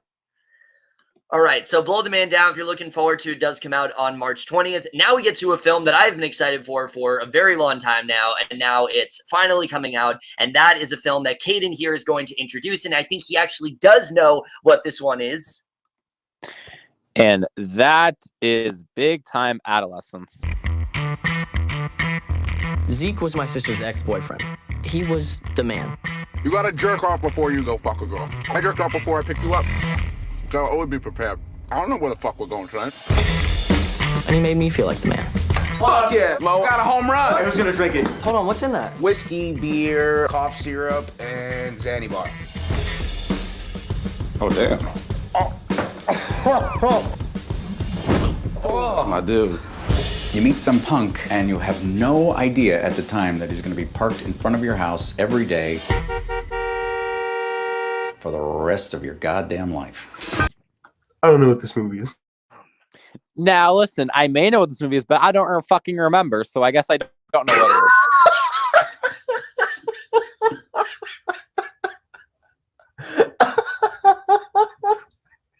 What? Wait, what is this movie? That's the okay. Wait, where's Kevin? Wait, where did Kevin go? Oh, there he is. It's like the coming of age one with like Pete Davidson and Griffin Gluck. Oh, I do know what this movie is. Never mind. Yeah. Yeah, no, I think this one looks really good actually. I'm happy it's finally coming out because I've been wanting to see it for like over a fucking year now. Yes. It's gonna be on Hulu, I think. Yes, it is. It's a Hulu original. Yes, so that's cool. Yeah, I do know what this is. Never fucking mind. I want to see this because I think it looks pretty good. So yeah. Yeah, this is a movie, like I said, I've heard about this for a long time now. I remember, last year when Sydney Sweeney did Euphoria, she was talking about this movie, and I'm like, oh my God, when am I going to get to see this movie? And now it's finally coming out, and I think it actually looks really, really fucking good. Definitely seems like it's going to be a really good coming-of-age film for sure. We've been getting a slew of them recently, and this definitely seems like it's going to be a really great addition. Griffin Gluck is a fantastic actor. I loved him in American Vandal. I do not think he gets enough. He was in Rock and Key also. He was in that, but I did not see that yet. Yeah, he's pretty good in that too. You should watch. Yes, I do have to get on that. I will get on that soon. But, it had some issues overall, but it was a pretty fun show. You should watch. Okay, I will watch it soon. Shut up. You're gonna watch it soon because I think you should. Okay.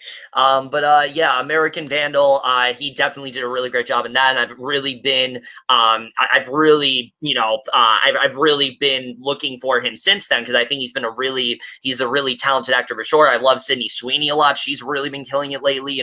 John Cryer, I think, is actually a pretty good actor. And then Pete Davidson, we'll see how it does go, but I'm actually hearing really good things about him in this movie. I've heard that he does give a really strong performance. And overall, I definitely am really looking forward to this one. It seems like one that is really going to be up my alley. It seems like it could be a lot of fun, but it also seems like it's going to have a really nice message to it. It's been getting rave reviews since it's come out, and I'm just glad it's finally coming out because I've wanted to see it for the longest time. Definitely one of my most anticipated of the month for sure.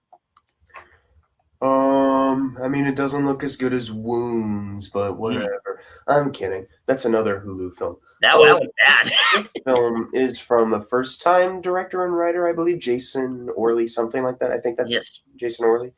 I mean, yeah, the trailer looks pretty good. Looks very promising. Pete Davidson, I hope, can turn out a great performance here because I think he's got it in him. My biggest reservation is just I hope the movie's actually like. Obviously, I hope it's actually like impactful, and I hope it's actually funny. I just hope these characters aren't annoying. Like, I hope they're not covering up in the trailer. Like, you watch the movie, it's like, oh, there's nothing to them. Right? Yeah. No, same. Funny, and it's not that they're saying stuff I don't agree with. Just they're not really saying anything funny. You know what I mean? But I hope this is like a perfect kind of slice of life, kind of realistic film. So yeah, I'm looking forward to it. I wouldn't say I'm like uber hyped about it like you are, but I do have some interest in seeing this film. I hope it comes to theaters soon. Yeah, about that, Jackson. It's a limited release on March 13th, and it's coming on Hulu on March 20th. Oh, I'm not going to see that then. It's too far away. Oh, okay. Yeah, Big Time Adolescence, if you're looking forward to it, it does come out on March 20th. And of course in theaters in March 13th. But very excited this is finally getting a release. Now we get to Jackson's favorite part of the video where he gets to talk about his absolute love for Disney and just how much he adores them, and especially how much he loves their live action remakes. He might not have had to introduce Lady and the Tramp, but he makes his grand return again to introduce this movie that he is just hyped out of his mind for. God damn it. I gotta do it every single time except Lady and the Tramp, apparently. All right, so this is Mulan.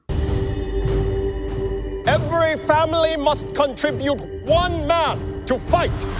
You're a war hero. You've already made many great sacrifices. My father cannot fight, so I will take his place.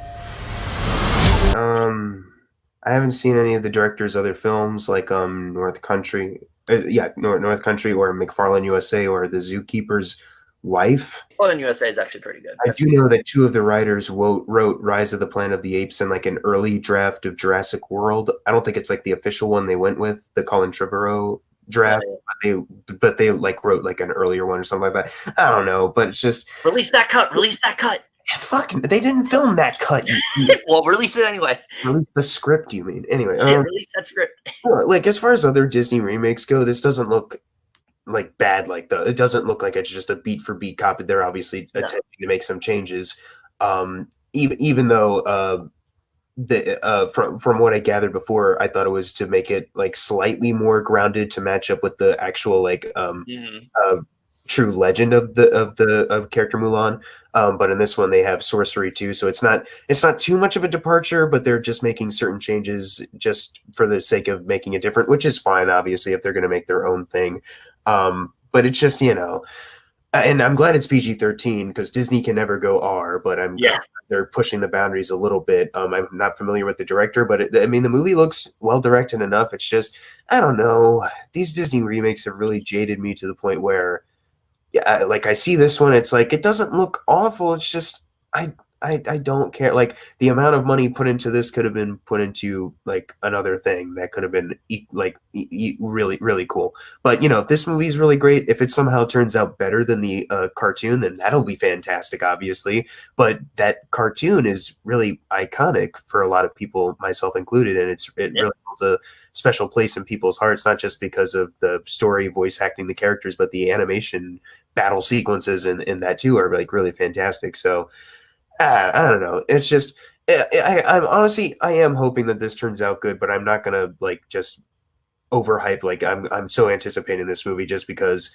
I'll admit I am a little biased because of other Disney remakes, but I'm willing to be surprised. So whatever.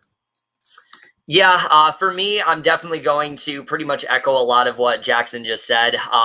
Look, in terms of Disney remakes, I think it makes a lot more sense to go in a completely different direction and do something really different and exciting with it. I'm way more for that than just like Lion King, where you're just like copying off of what was already great. I think this is definitely the right approach for sure. I like that they're going for that PG-13 rating. I think that's really great. It seems like they are really going to deliver on that front. It does seem like there's going to be a lot of really epic action set pieces and things like that. And, I like the fact that this doesn't have Mushu. This doesn't have the songs because it allows them to do something different. It allows them to not have to rely on fan service, which has become a huge problem with a lot of these Disney remakes. So again, there's a lot that I do really like about this one for sure. What's really holding it back for me is I just don't really care about these live action remakes anymore. Yes, I did like Lady and the Tramp. I think that one was actually pretty good. But it doesn't change the fact that until I see the actual movie, I just don't really get that excited for them these days. And this isn't because of the controversy in China. That's a whole other thing altogether. That shit is fucked. I mean, I don't know how the movie's still coming out over there, but either way, again, I think that this could be really good, and I think it maybe will be really good. I think this has a lot of potential for sure. There's a lot riding on this film, I think. And I think here's the thing I hope that this movie is really good. This is where Disney decides to go with these remakes, because if this is what they're going to do, which was originally what they were doing, like Cinderella, the live action remake is very different from the animated film. Jungle Book live action, yes, it has things from the original film, but it is quite different. So if this is what they're going to be doing moving forward, I'm definitely way more for this, but I just can't get that excited for it just because of the fact that it is a live action remake, and that's the thing that's holding it back for me. And just the trailers themselves have not really been doing it for me either. I don't find them boring necessarily. They're just not really pulling me in the way I think they are for other people. And I know there's a lot of people that are very excited for this one, and that's great. And I do think that this film has a lot of potential. It's just right now, I'm not really there yet. I think it definitely could be good, but I'm not on the level where I can say I'm excited for this one, unfortunately. Another movie you've never heard of. Oh, wait, sorry, what? Oh, you're talking about Milan. Oh, yeah. Another movie you've never heard of. Yeah, actually, I don't know what this movie is. But yeah, no, I do know what this movie is, obviously. I think it looks okay. I hope it's good. The last trailer was actually good. I haven't really been that crazy about the other ones, but the last trailer that came out recently, I actually thought looked good. And it's going to be PG-13, which is cool, I guess. I'm not really sure what else it's going to add. I know there's going to be a lot of combat, so that might be cool. But yeah, I'm ready for Milan to say the F word. It's going to be great. She can only do it once. It's going to be lit. But yeah. Milan. Yeah, I hope it's good because I want it to be good. Milan. You still gotta watch Aladdin. What the fuck? Kevin, before you introduce this next film, I just want to say I hate you because you gave me a movie I'm so indifferent on, but you get to introduce a movie I'm actually excited for. What? Well, you'll find out why in a little bit. You know, fuck off. I didn't intentionally do this, but you'll see why. It's just kind of funny that it turned out that way. I did intentionally mean for you to introduce Milan, though. That was something I needed to make sure happened. Fuck yourself. All right, but Mulan overall, if you're looking forward to it, it does come out on March. Shit, what fucking day is this? All right, March 27th. That's when it comes out. March 27th. Wow. Again, I hope it's really good, but just not at the point yet where I can say I'm like excited for it. However, the next movie we're talking about is a bit of a different story. It's a film that I'm definitely have quite a bit to say about, and that is A24's hopefully next great horror film, Saint Maud. Yes, hi. It takes nothing special to mop up after the dying. You're prettier than the last one. But to save a soul, that's quite something. Bless Amanda's body and bless her mind, which is shrouded in darkness. When you pray, do you get a response? Oh, it's like he's physically in me. It's how he guides me. My little savior. All right, so Saint Maud. Look, I don't think I need to say a lot about this one other than it's A24 and it's a horror movie. And most of the time, not all, there are some like in Fabric and things like that I didn't really care for. Most of the time, they turn out to be really fucking great. Those turn out to be some of the best films that A24 has done, absolutely. And Saint Maud seems like it's absolutely going to add to that conversation. This looks so creepy and weird and fucked up, and I am so down for everything about this. And watching the trailer when I did, it very quickly became one of my most anticipated of the entire year. It is, in fact, my most anticipated of the month as well. Every single time I see this trailer, it just gives me these really eerie vibes. It shoves chills down my spine.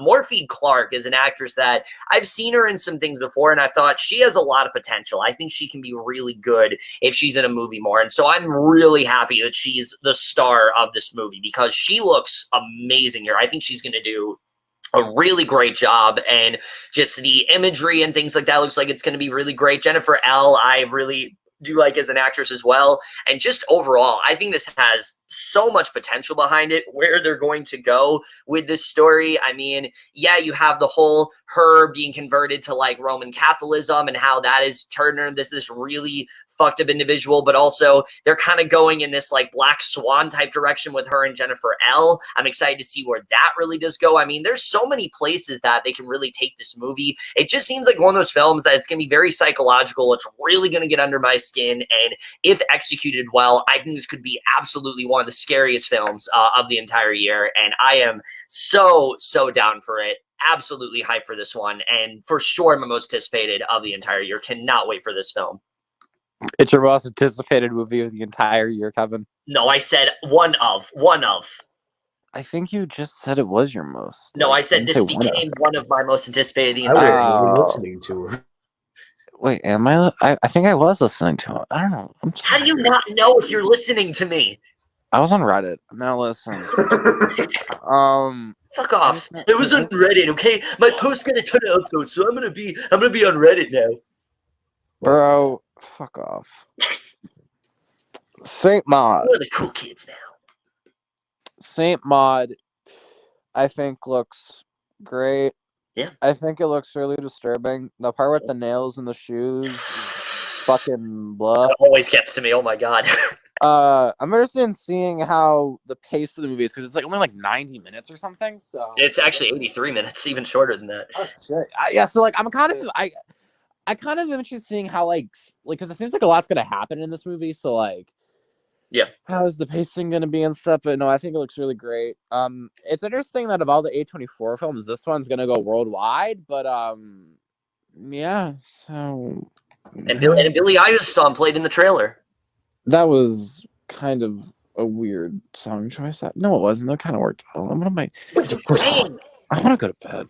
Well, we have one more movie, so you can do that soon. But go ahead, Jack. Yeah. So. This movie looks absolutely twisted. Yes. Just like The Lodge, which you can go see now. Very great movie. But anyways, back to Saint Maud. Yeah, Saint Maud looks really awesome. You know, it looks like you got this interesting character, this dark character that's going to go in a lot of interesting places as far as a character study goes. And I'm so excited. Like the nails in the shoe bit, yeah, like that gets to I think everyone who sees that in the theater, because that's such a thing to think about. But like it also makes me think, like, is there how much further is this movie gonna push it to? You know, like, oh my god, I can only imagine like what Rose Glass, this director, has up her sleeves for this movie. But I'm very excited, especially since it is an A24 distribution. Because even though not every horror film they put out is great, like in Fabric, like you said, at the very most they put out something interesting. Every single one of them, I can say, is at least interesting. So yes, I'm very, very, very, very, very much more excited for this movie than Mulan. Go fuck yourself. All right, Jackson's just salty because I intentionally meant for him to introduce Mulan, and this one happens to be coming out the same week, but it's all good. But Saint Maud, if you're looking forward to it, it comes out on March 27th. Unfortunately, it's not going to go wide till the week after, but really, really excited for this one for sure. Now we finally get to the last movie that we're going to be talking about. I know, Caden is very anxious for us to end this, so we're just going to get to it real quick. Another movie that he definitely knows a lot about. The last movie is Vivarium. Vivarium. God, it's not hard to pronounce. Ugh, my fucking ears. Number 9. Number 9 is not a starter home. This house is forever. Leave for a boy. Do you have children? No. It's not exactly what we're looking for. That guy was so strange. Yeah. Wait. No, I don't think this is the right way. Yeah, this is the way we came in. Number 9 again.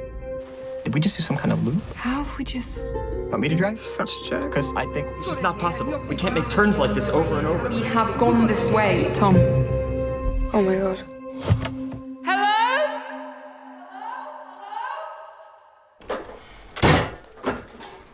Vivarium is a movie I haven't heard of, motherfucker. Yeah. Oh my god. We got him again, boys. So Ed did it on the grand finale. Oh my god. What am I gonna do with him? All right. We got him. Bitch. Shut up. Vivarium overall is a film that I'm definitely very intrigued by. I think it definitely looks really out there and weird. It seems like one of those movies where, you have this couple and they purchase this house and it seems all perfect, but then there's something off about it. Jesse Eisenberg and Imogen Poots definitely look really great here for sure. I guess the thing holding this movie back for me is just I feel like if this isn't handled right, it could really go off the rails real quick. Specifically that kid like yelling at the end, I'm not gonna lie, really fucking annoyed me.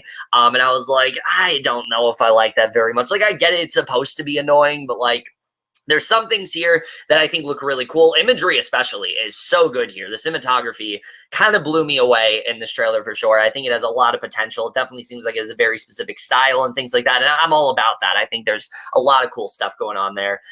But just the story itself, it's definitely one we've seen before, but I hope this movie's able to bring something fresh and exciting to it. So this isn't a film that like I'm hyped for or anything, but it definitely is one that I'm interested in. I think it definitely has a lot of interesting ideas, and I hope it fully utilizes them, because if it does, I think this could be a really, really cool movie overall, but I guess we'll just have to see. As a guy who generally really likes weirdo movies that are weird, and it's great that they really push it, I'm not really excited for this movie. It doesn't help that the Saban logo was right in front of it. So it's like, God damn it, I fucking hate, I dislike a lot of films that Saban distributes, especially the Keanu Reeves one that we absolutely finished. Oh yeah, but so already that's a bad sign, and then you just follow it up with a trailer that's like, I mean, it looks like it has a neat potential concept, sure, and you got two actors that are really great, but it's just I'm not really buying. Like I didn't really buy into the premise. It just seems the way they're handling it so far, the way that they presented it in the trailer, just seems kind of dumb, kind of just bleh. Yeah. I don't know. I'm not really interested in this movie. I feel like there's a way they could have made this movie and promoted it that could have made it look kind of cool. Like, oh, this could be like a neat, quirky little interesting weirdo movie. But instead it's just kind of like, oh, it's weird, but I don't like they go to meet this guy who's selling them the house, like, let's check out this house, and it's that they're able to drive to this neighborhood that looks like every house looks exactly the same. Then they just get fucking trapped there. It's like, how the fuck are you able to market that shit on fucking Google, you piece of shit idiot? I don't know. It just depends on how they execute it, but it just looks kind of stupid as fuck. Man, what a way to end this movie preview, Kevin. Oh, yeah, great. We could have ended on St. Maud, but, we ended on this. But regardless, if you're looking forward to Vivarium, it does come out on March 27th. Hopefully, it does deliver overall. And with that, guys, we are now done here. Those are all the movies coming out in March. I know there was a lot of films coming out, but March is generally a very crowded month. I don't know why. It just usually ends up happening. But either way, guys, before we do close things out, I do want to give my very annoying and unwelcome guests, even though they were I scheduled them to be guests, so that doesn't make any sense. I do want to give them their little outros and things like that. First of all, he absolutely knew, very extensive knowledge about all of these movies for sure. Totally did not piss me off with that at all. But Auburn Wanderer, what do you want to say before we end things here? Hello? He's already asleep. Hang on, I was trying to...